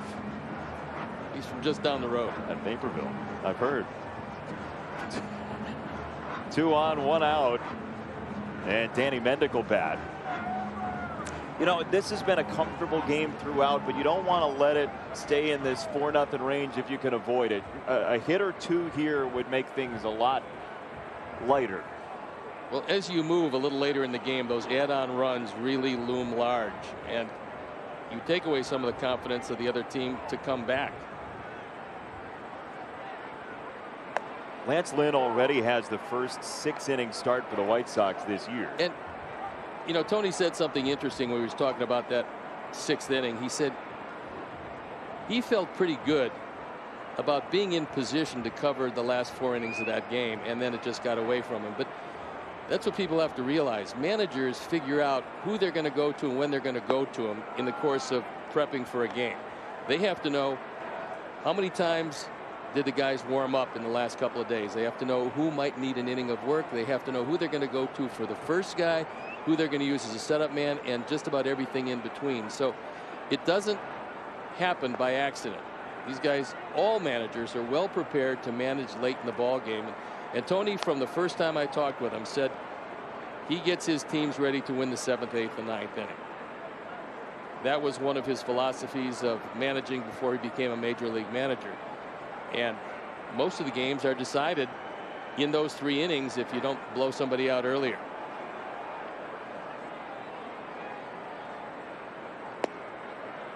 Fastball got a strike, 2-2, and that's why it was so odd to see what we saw yesterday, because that typically does not happen with a Tony La Russa managed team. No, and look, nobody is immune to that. I just think that Tony is going to make mistakes like every manager. The big difference is he's not going to make them again. That's a 2-2 change to Danny Mendick, so he's read the curveball well. In fact, the Sox have seen the breaking ball pretty well out of Hernandez's hand. And so Danny's seen everything here on 3-2.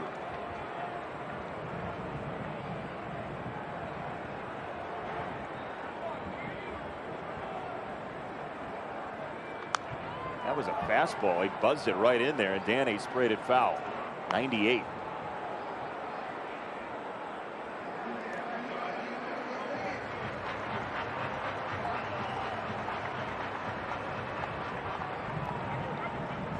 Go fastball again here. Well, he really likes his changeup, but I think you got to go fastball and try to keep it in. Can he throw the changeup for a strike? Yeah, that's to be determined. He did, and it's a base hit for Danny Mendick. It was a changeup in the zone, and Danny rocked it to left. Bases loaded.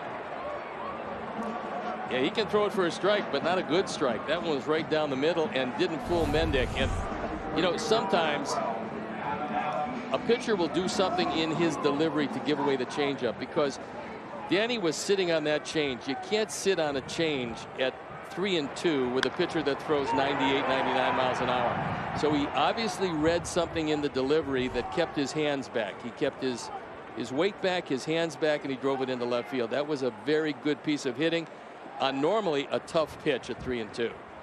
This breaking ball bounces away, but not far enough. Salvador Perez got enough of a piece of it. You have the opposing catcher of Perez, the Sox Grandal at third, and that would have been a tough race home for Yasmani. Yeah, look, Salvy's a big man, and yet he got to this ball very quickly. Breaking ball in the dirt. He does his best to try to smother it. He can't, but then he literally jumps on it in a hurry, and Yaz figures, you know what? Only one out. Don't want to make that out at the plate. Give Eaton a chance to drive me home.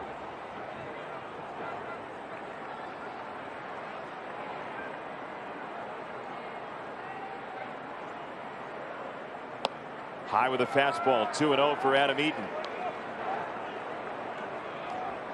A crooked number up on the board here would make things a whole lot more comfortable as we move deeper into this game. But already, Lance has gotten the game into the 7th inning, which is something we haven't seen, which will save your bullpen. Much needed for a bullpen that's been worked pretty heavily. Buzzed in another fastball. That one was at 95. Well, it's especially important because if you can save a couple of them today, you have the off day tomorrow. Then you come back on Saturday. You have a complete rested bullpen, and then you play a lot of games in a row after that.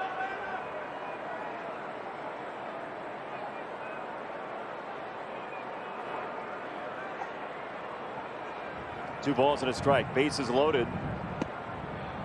Adam didn't pull the trigger on a sinker at 97. 2-2.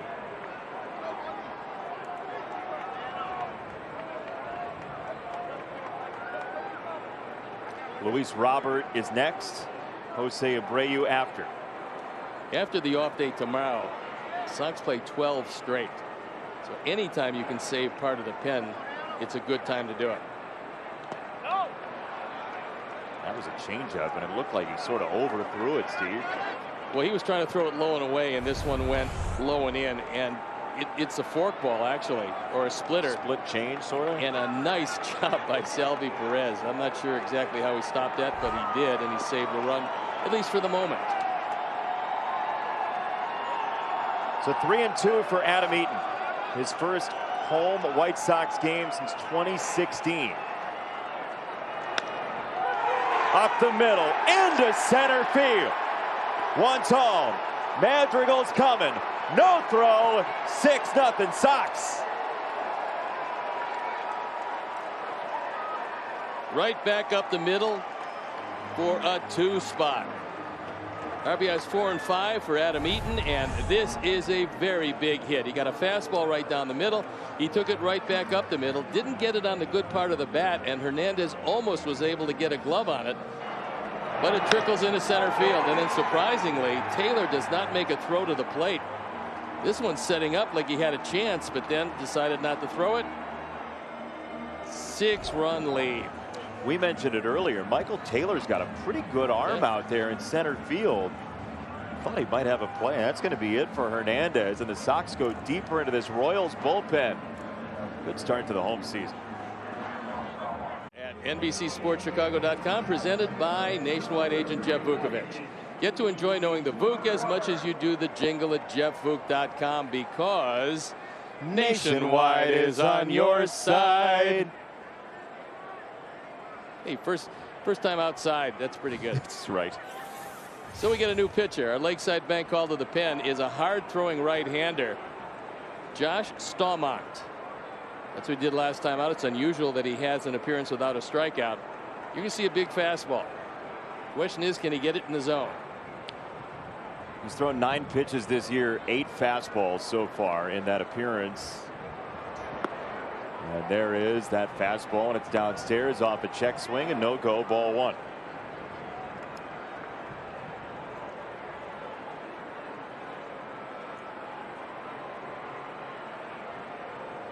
Stallmont, 27 years old, out of Azusa Pacific.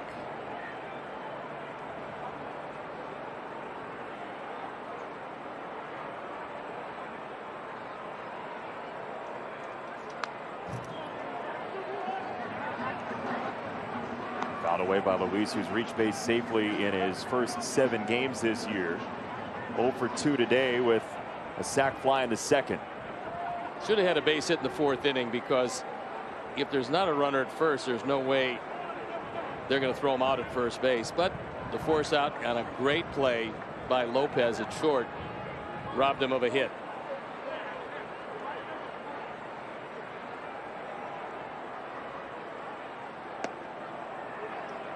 He threw a curveball.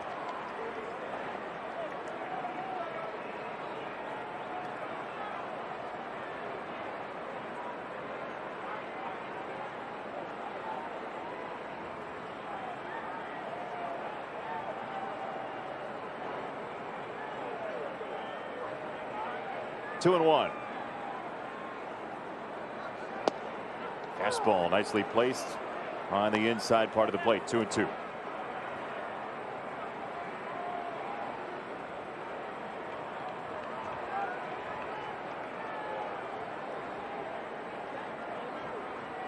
Sox got 2 in the inning. Adam Eaton, a 2-run single to bounce Hernandez out of the game. Now Stallmont out of the Royal bullpen.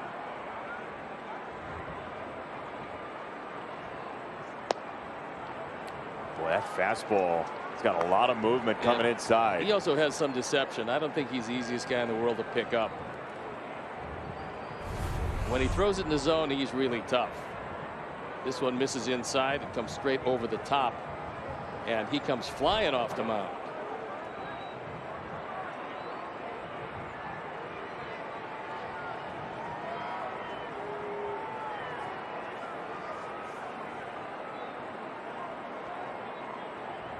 Three and 2.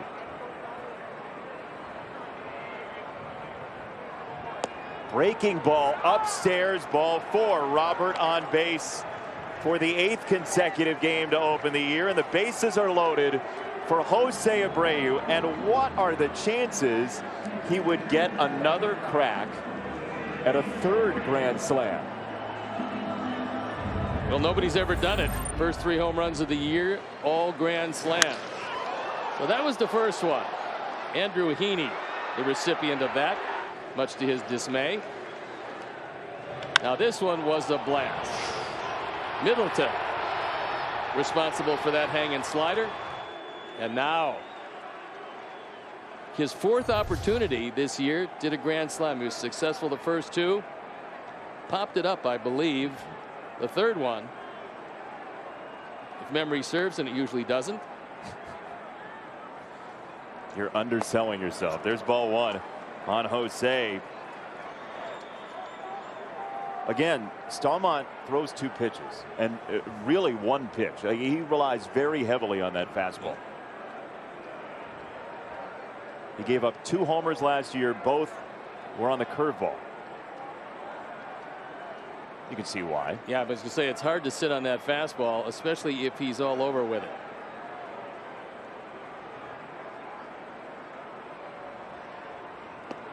Ooh, there it was. That was a good hook, though. Yeah, it was. I mean, that was a good one. Watch it again, and you're looking at 98, and all of a sudden you get one of these. Good rotation. That's about as good as he can throw it. If he would throw one like that all the time, he wouldn't have much of an ERA at all. Would you throw a second one in a row? Sure. I used to throw 7, 8 in a row. Yeah, okay. 1-1. What's he got for Jose? Oh, he did, and Jose hit it skyward to center field. Taylor on the move, battling the wind, and no tag from third from Danny Mendick. 2 down, and it's up to Yoan Moncada. That was not as good of a curveball as the first one. No, he's kind of fortunate to get away with that. That had a little roll to it, and Jose just got under it.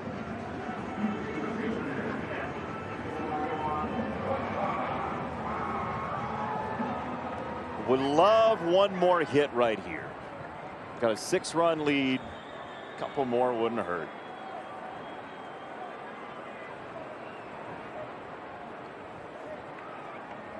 Lance Lynn has thrown 63 pitches in the game so far. And you would think with the length of this inning, he would go out there and hopefully take a few extra warm-ups. It is a very chilly day all of a sudden. Yeah, the wind has certainly picked up in the last inning. It wasn't like that when this game started.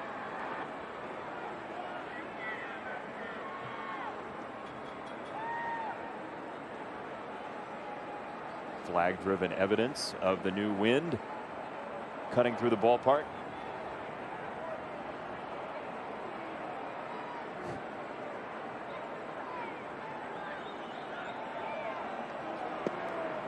Moncada takes a strike.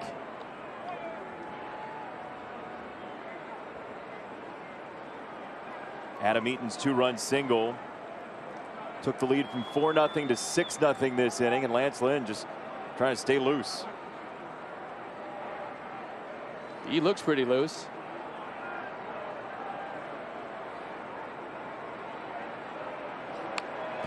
Fastball fouled off. 1-2. Stallman doesn't throw many 2-seamers, many sinkers, but he did right there. He had a very lively fastball, and because he throws it almost straight over the top, I think the guys have some problems. When he keeps it in the zone, you have problems with the release point. I'm not sure they pick it up right away.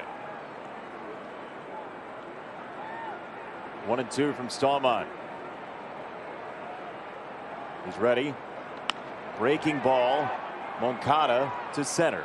Taylor's been busy, and that will do it. But the Sox get 2 more runs, and Lance Lynn will mosey on out for the 7th inning. Sox by 6 behind his right arm.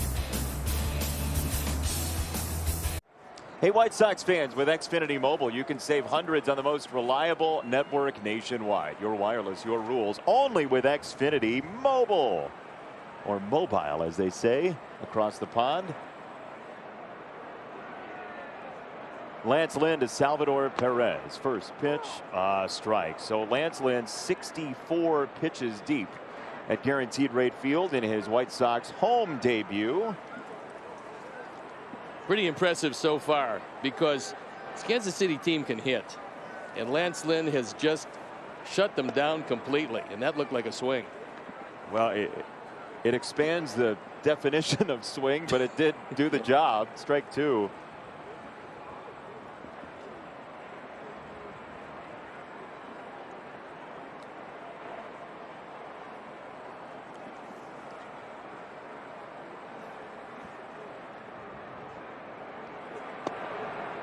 That's in and out of the glove and should be strike three. There it is. In an effort to even up the reads. Time now for a message for Powering Chicago. Who powers Chicago? We do. Powering Chicago's members consistently help create better construction, better careers, and better communities. Powering Chicago. IBEW Local 134, NECA, Chicago. That read had some gravity to it by Yes. you over there. It felt. I have nothing if not gravitatious or something like that. Thought you should be like surrounded by votives in the corner there. With one out, here's a foul ball and a strike for Jorge Soler, and this right here is the reason the Sox went out and got Lance Lynn. Yeah, this is type of performance. It's exactly what the Sox needed. A lot of games in a row, the bullpen being used, and if your starting pitcher doesn't protect the pen, and we're talking about going occasionally into the 7th inning, it gets to be very difficult. And so with the situation with Lance Lynn and what he's doing, if he gets through 7, and you would think he would, I mean 68 pitches, this is as good a performance as we've seen of control, literally forcing the other team to swing at pitches early because you're throwing all strikes. There it is again, 1 and 2. By the way, whitesox.com/Sox split. The jackpot's up to 161 grand. And so it's until the bottom of the 7th inning you can buy. So whitesox.com/Sox split to try to sneak in for that $161,000 and growing jackpot. Probably make your week. Maybe not for you, but you know, for most folks. You were trying to get rid of me earlier, so maybe that's your ticket out. 2 and 2 on Soler from Lance Lynn. Love that hoodie in the background, by the way. Got to stay warm. It's gotten substantially colder.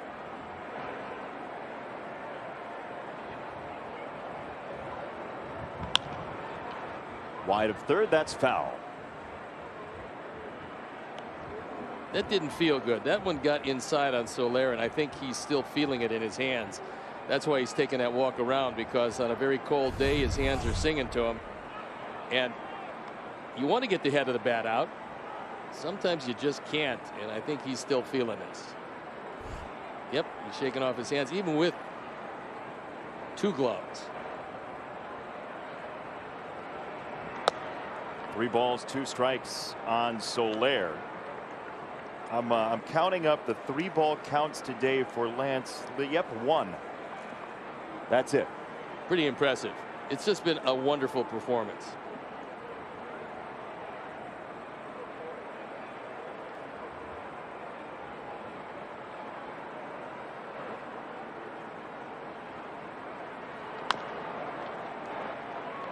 Danny Mendick. 2 out.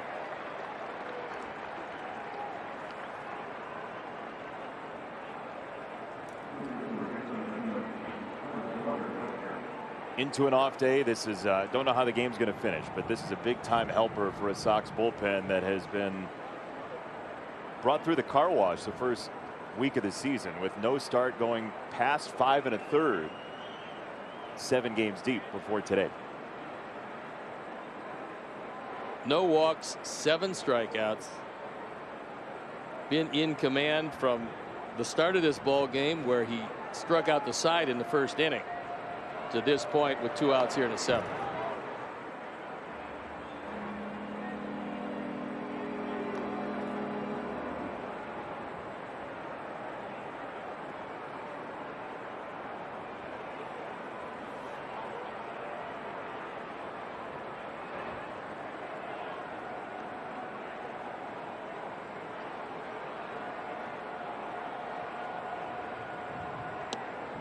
inside, ball and a strike on Dozier.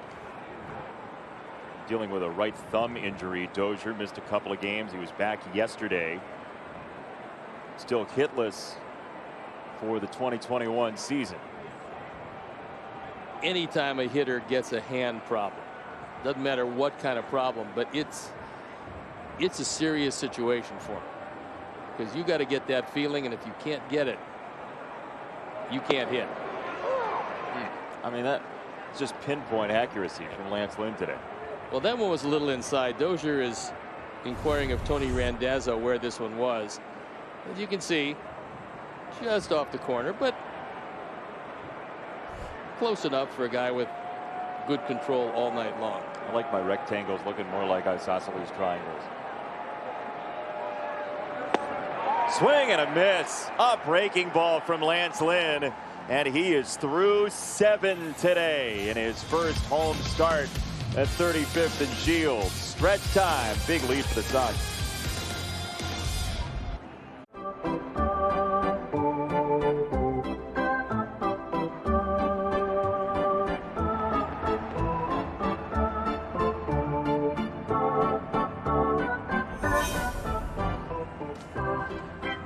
Yermin Mercedes has made himself a story again at Guaranteed Rate Field this time after the road trip went well.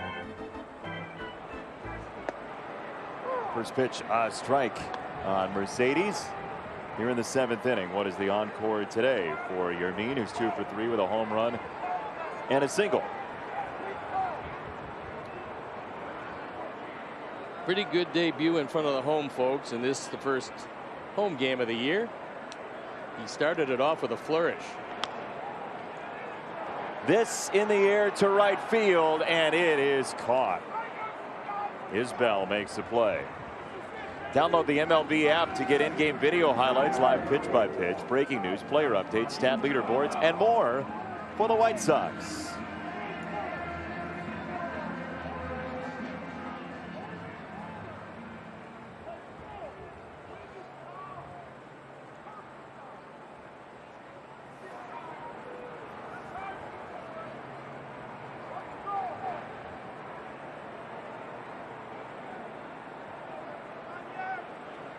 So this from Chris Kamka.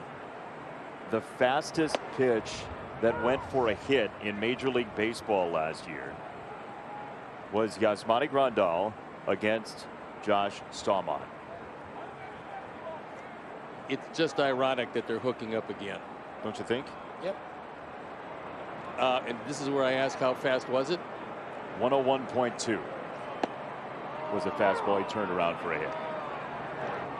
By the way, Jordan Hicks of St. Louis threw 4 balls yesterday over 102 miles an hour.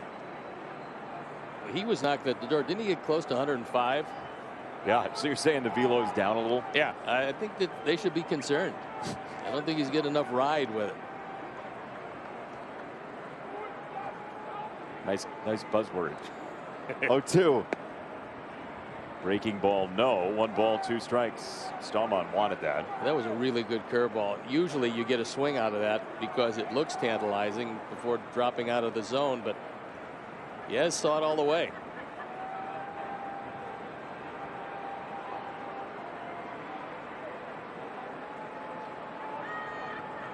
Ball and 2 strikes. That one he got. 2 down.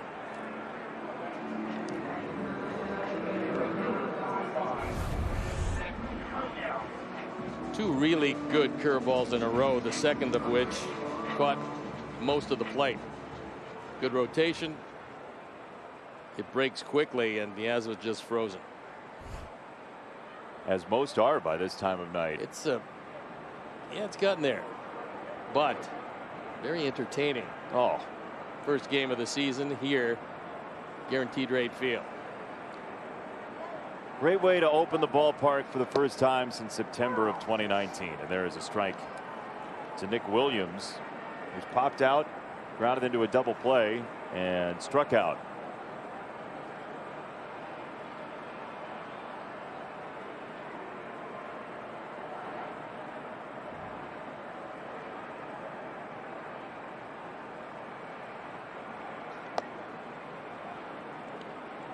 last year it was totally imperative to beat your division in order to make the playoffs, because that's really all you had other than some games against the National League. This year, it's still terribly important. You have 19 games against every divisional opponent. They're just sort of interspersed with everybody else the rest of the way. And again, we won't see the Twins until May yet again.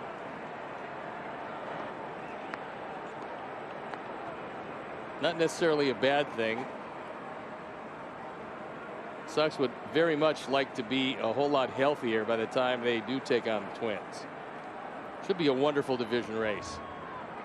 Oh yeah, you feel the rivalry building between the Sox and Twins. Those games were intense last year as Minnesota trounced Seattle today 10-2. The Twins in their home opener got a nice performance from Jose Barrios and 3 driven in from Mitch Garver. Buxton's back. He was hurt. Well, he's sick. He was under the weather, non-COVID related, and he had a bug for a couple days. He's playing like a possible MVP down the line. The way he's playing baseball is that clipped Williams, and he's going to get first base.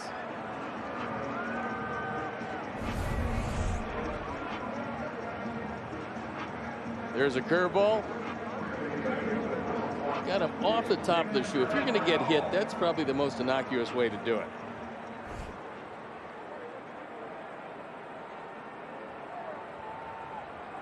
I think Barrios is in line for a very big season. You think so? Yeah, I think he's at the age now where he's really figured everything out. He always had the great natural stuff. Everything he throws moves, and for me, it'd be a good year for him.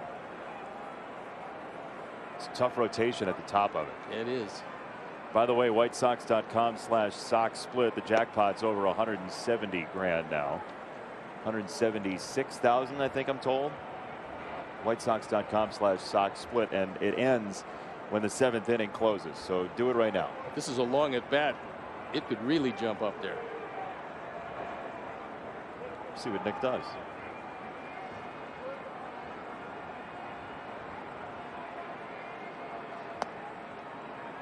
Two-0. That was a perfect pitch, and that was one that Tony missed.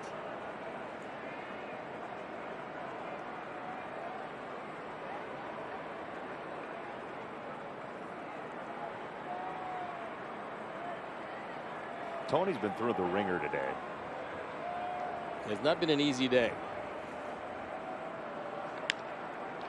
Inside Madrigal, a twisting ground ball, and that will do it. So 5-4 on the fielder's choice. Sox are up 6-0 after 7. Speed action, and it's the night of Lance Lynn, and it's been brilliant so far.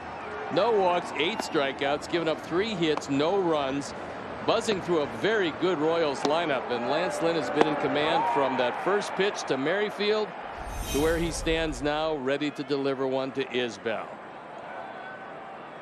Just 77 pitches through 7. Pretty amazing performance.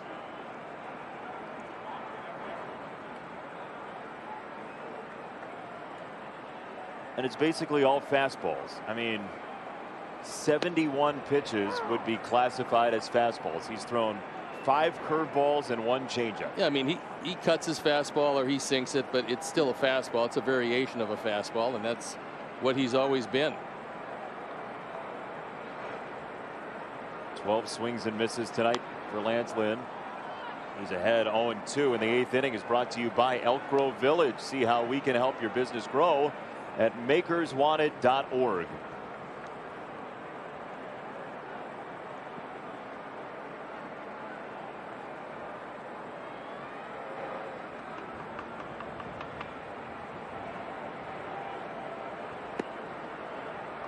One and 2 for Isbell.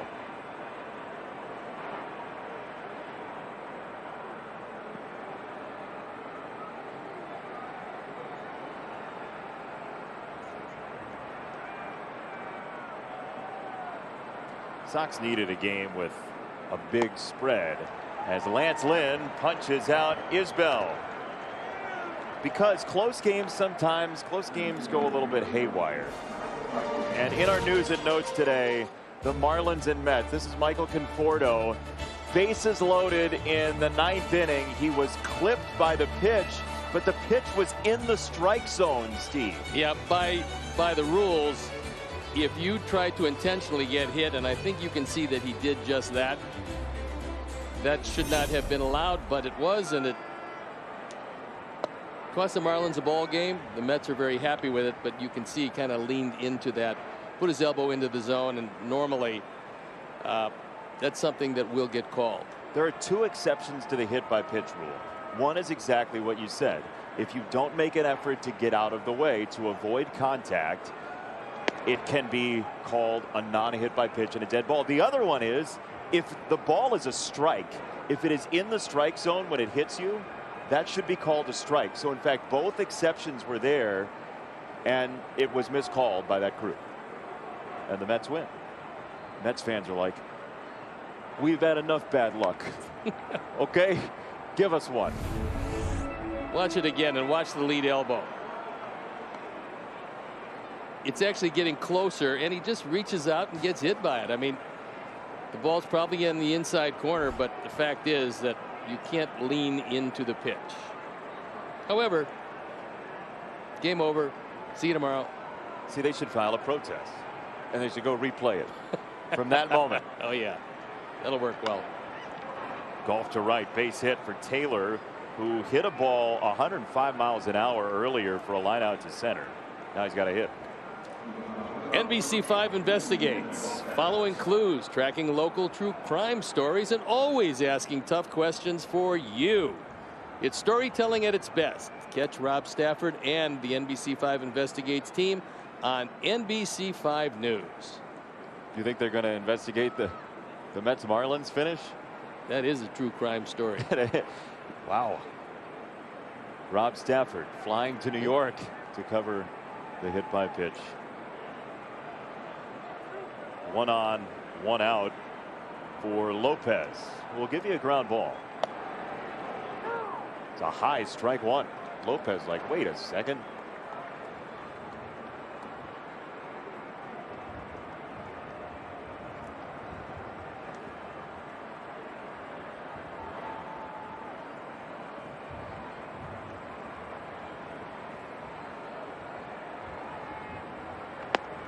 Lopez takes inside. 1 ball, 1 strike.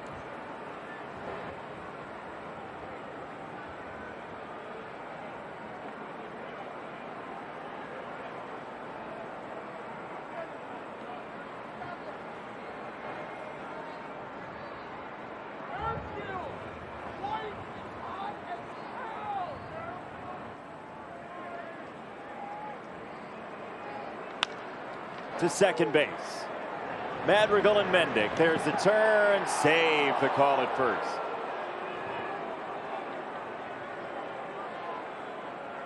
That's one you'd like to see turned. It just wasn't. I don't think that Danny got a real good grip on that throw and kind of eased it across and didn't get him. Seems like a tailor-made 2. Nice hustle down the line, and Lopez able to beat it and keep the inning alive. Nicky was sort of falling away from the throw when he spun it to Mendick. Yeah, on a bang-bang play, just any disruption at all, and you're not going to get the double play. So here is Whit Merrifield. First pitch cutter, strike 1.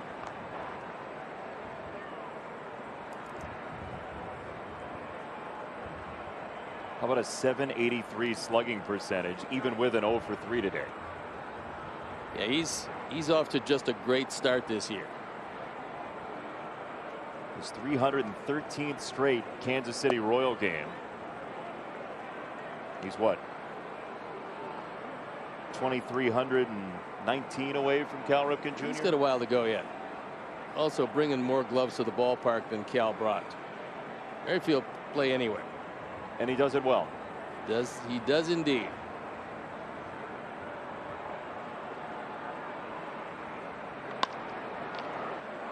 Over Madrigal into right field.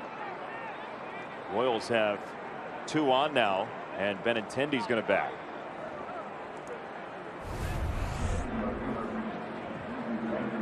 Gets a fastball out of the way and takes it into right field. Just seems like it happens all the time when you're presented with a way to get out of the inning. If you don't get out of it, the next guy coming up is going to get a base hit.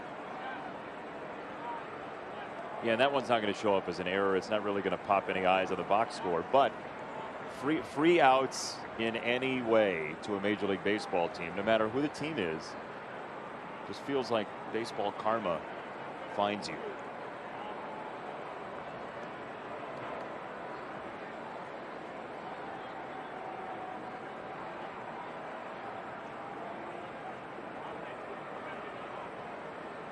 Andrew Benintendi.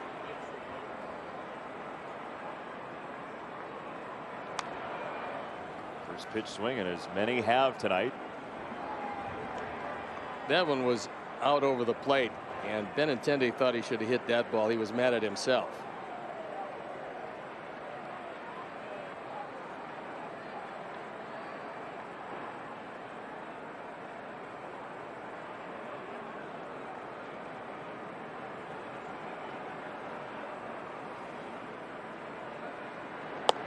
One ball, one strike on Benintendi.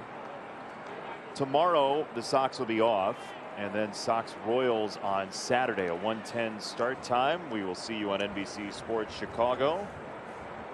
It'll be Mike Minor against Dylan Cease, and then Brady Singer, highly thought of right-hander out of Florida, to face Carlos Rodon on Sunday, or Sunday in some circles. Sunday.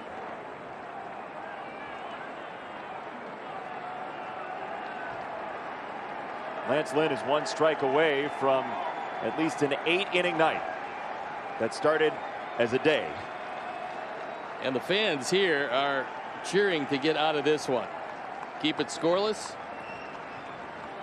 and move on to the bottom of the 8th. 1-2, way outside. 95 pitches for Lance Lynn.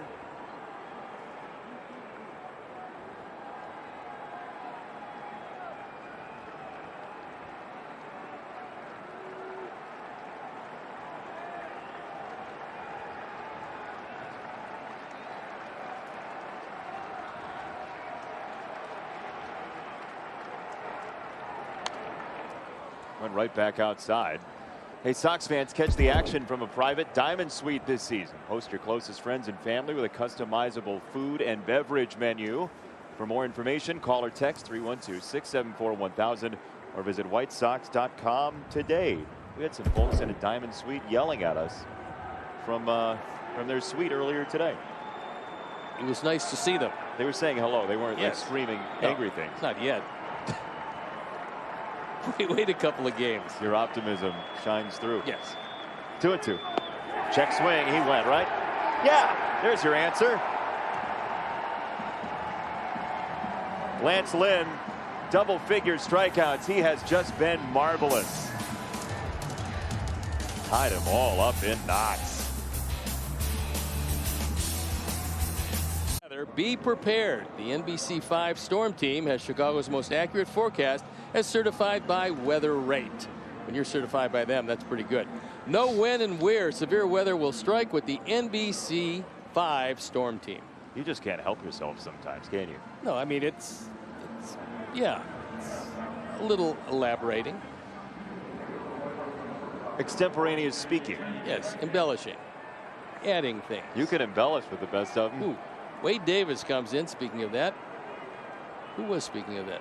Anyway, he comes in anyway, and nobody was ready to go. Joe Grube was when he told us during the break that Wade Davis was coming in. That's true. Man, the wind is really howling now. You hear it on the microphones. You saw Lance Lynn's pants billowing.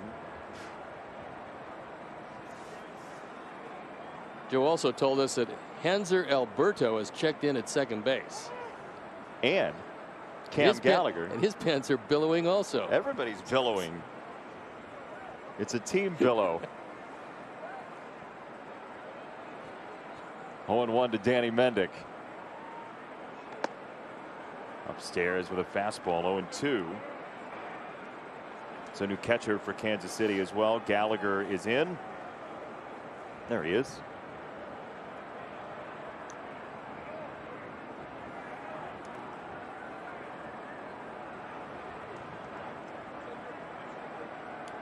Oh, and 2. Danny rifles it foul.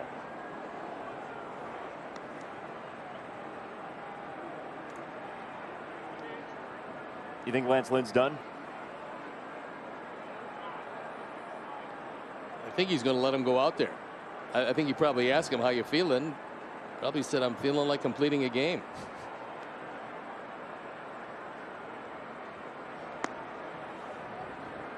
They've known each other a long time, La Russa and Lynn. Yep. 10 years in the majors. Before that, when Lynn was coming up in the minors,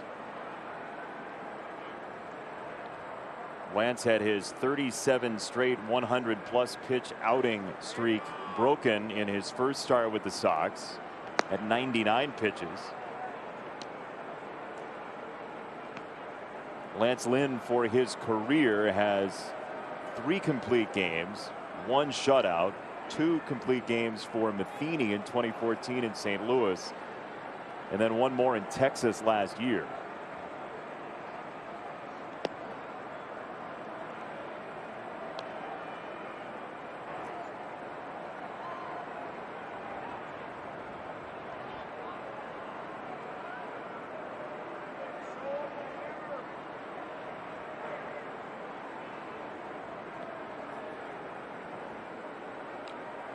Three-two coming. Danny sounded like he broke his bat and he plops it down in left field. 3rd hit for Danny Mendick. Perfect day and night tonight. 3 hits and a walk. On base 4 times at the bottom of the order. He gets a fastball. He does indeed break his bat. But it went down a hero. 3rd time in his career he's had a 3-hit game.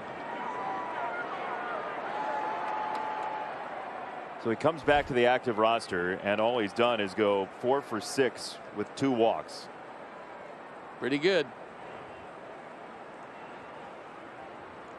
Here's Adam Eaton, who drove in 2 earlier, and this is a double play. Not good. No, not as good.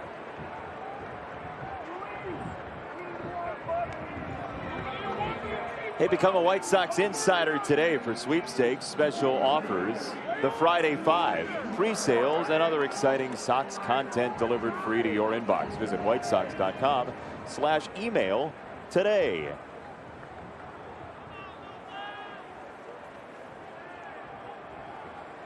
Streak of doubled off on line drives is at 2. Yeah. I believe the phrase "make the line drive go through" is something you ought to adhere to. Luis takes a fastball in.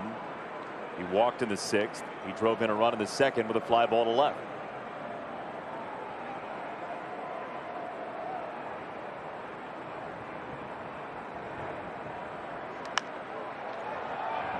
In the air to right field. Isbell. Ends the inning. Will Lance Lynn come out? Oh, it looks like the answer is yes for sure. Here he goes. Nothing Sox as Lance Lynn goes for the first Sox complete game since Lucas Giolito's no-hitter against the Pirates in August last year.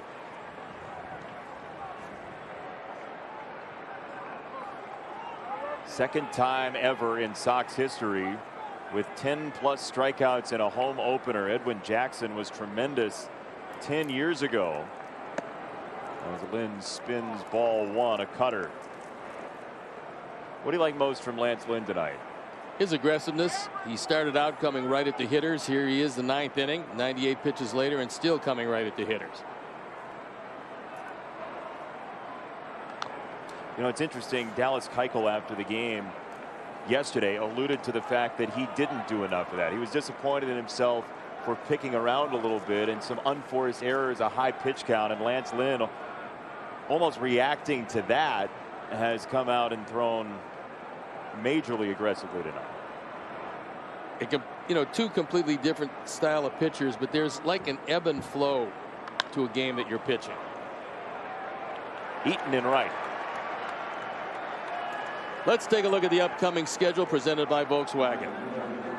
These Kansas Cities, after the off day tomorrow, will be here for 2 more, and then Cleveland comes to town for 4 before heading to Boston. So by ebb and flow, what I mean is pitchers like to establish that strike zone early, and then you can start moving out on the corners a bit more. If you're throwing strikes, you'll have the hitter expanding the zone. That's what Lance Lynn did. He threw strikes early and then started really working the corners, sometimes just off the corners, but he got the opposition, he got the Royals in swing mode. And consequently, on a first or second pitch, they're up there hacking, usually a fly ball to the outfield, and it's kept his pitch count to a minimum as he goes to try to complete this one.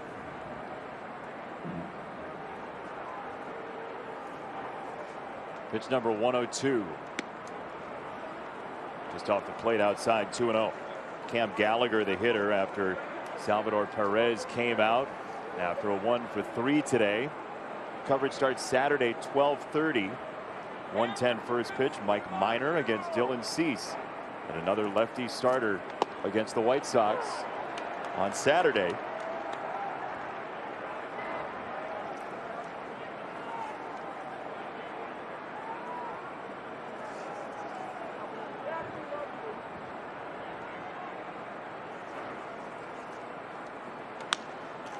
It's another broken bat, I think. Danny Mendick, out number 2. It was a broken bat. So Lance Lynn aiming for a shutout, and he's 1 out away. It would be just the second of his career.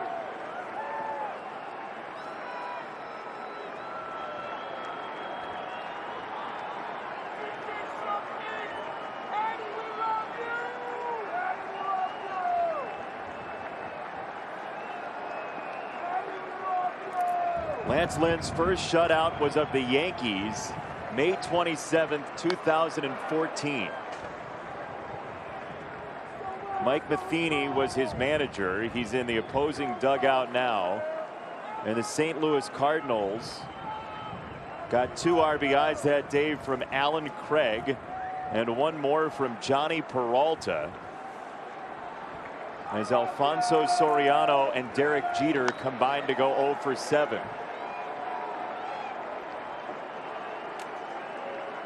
Not an easy thing to do in these major leagues these days is throw a shutout. Lance Lynn that day struck out 2.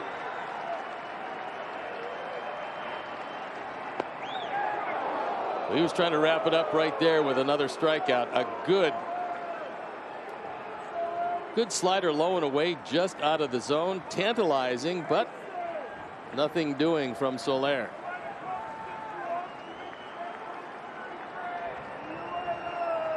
Ball and 2 strikes.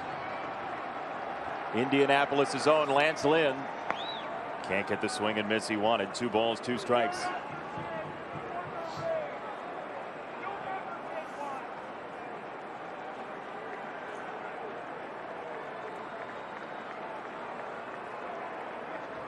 Last complete game in a home opener for the Sox was 1985. Britt Burns. His manager was Tony La Russa.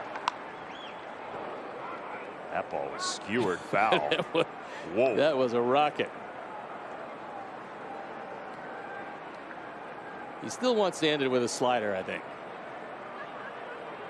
He knows if he throws a good one, if it's in the zone, he's going to end the game. The question is getting it there. As we look into Yaz, who's done a nice job behind the plate. They've been in sync as far as calling and throwing it. That's a fastball away. Pitch 110. Soler pumps it foul. One more souvenir and a beautiful catch off the ricochet by the fan down there to our right.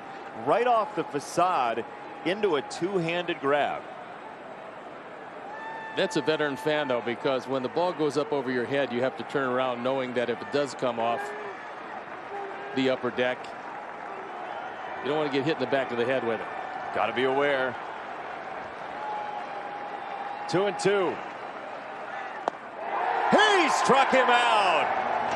A home opener, complete game shutout, twirled by Lance Lynn.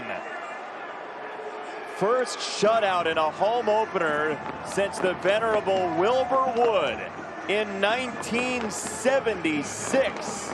Doesn't get much better than that. He was really in command, and what an outstanding outing. Did not walk a Royal.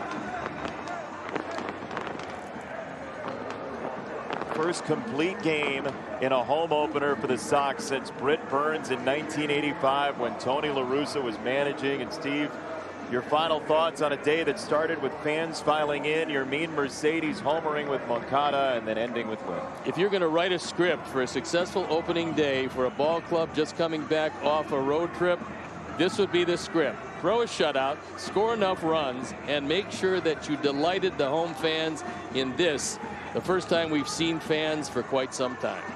Brilliant performance for Lance Lynn and for the White Sox, and I will see you on Saturday, Steve. Get your rest. It's an early game Saturday. Thank you. For our producer, Chris Withers, our director, Andrew Blaustein, our associate producer, Chris Kamka, our entire wonderful crew. For Joe Grube, our stage manager, he's Steve Stone. I'm Jason Benetti. We say farewell. We're going to toss to a break. After the break, the conclusion of the Blackhawks game moves over here to this channel. We'll see you Saturday.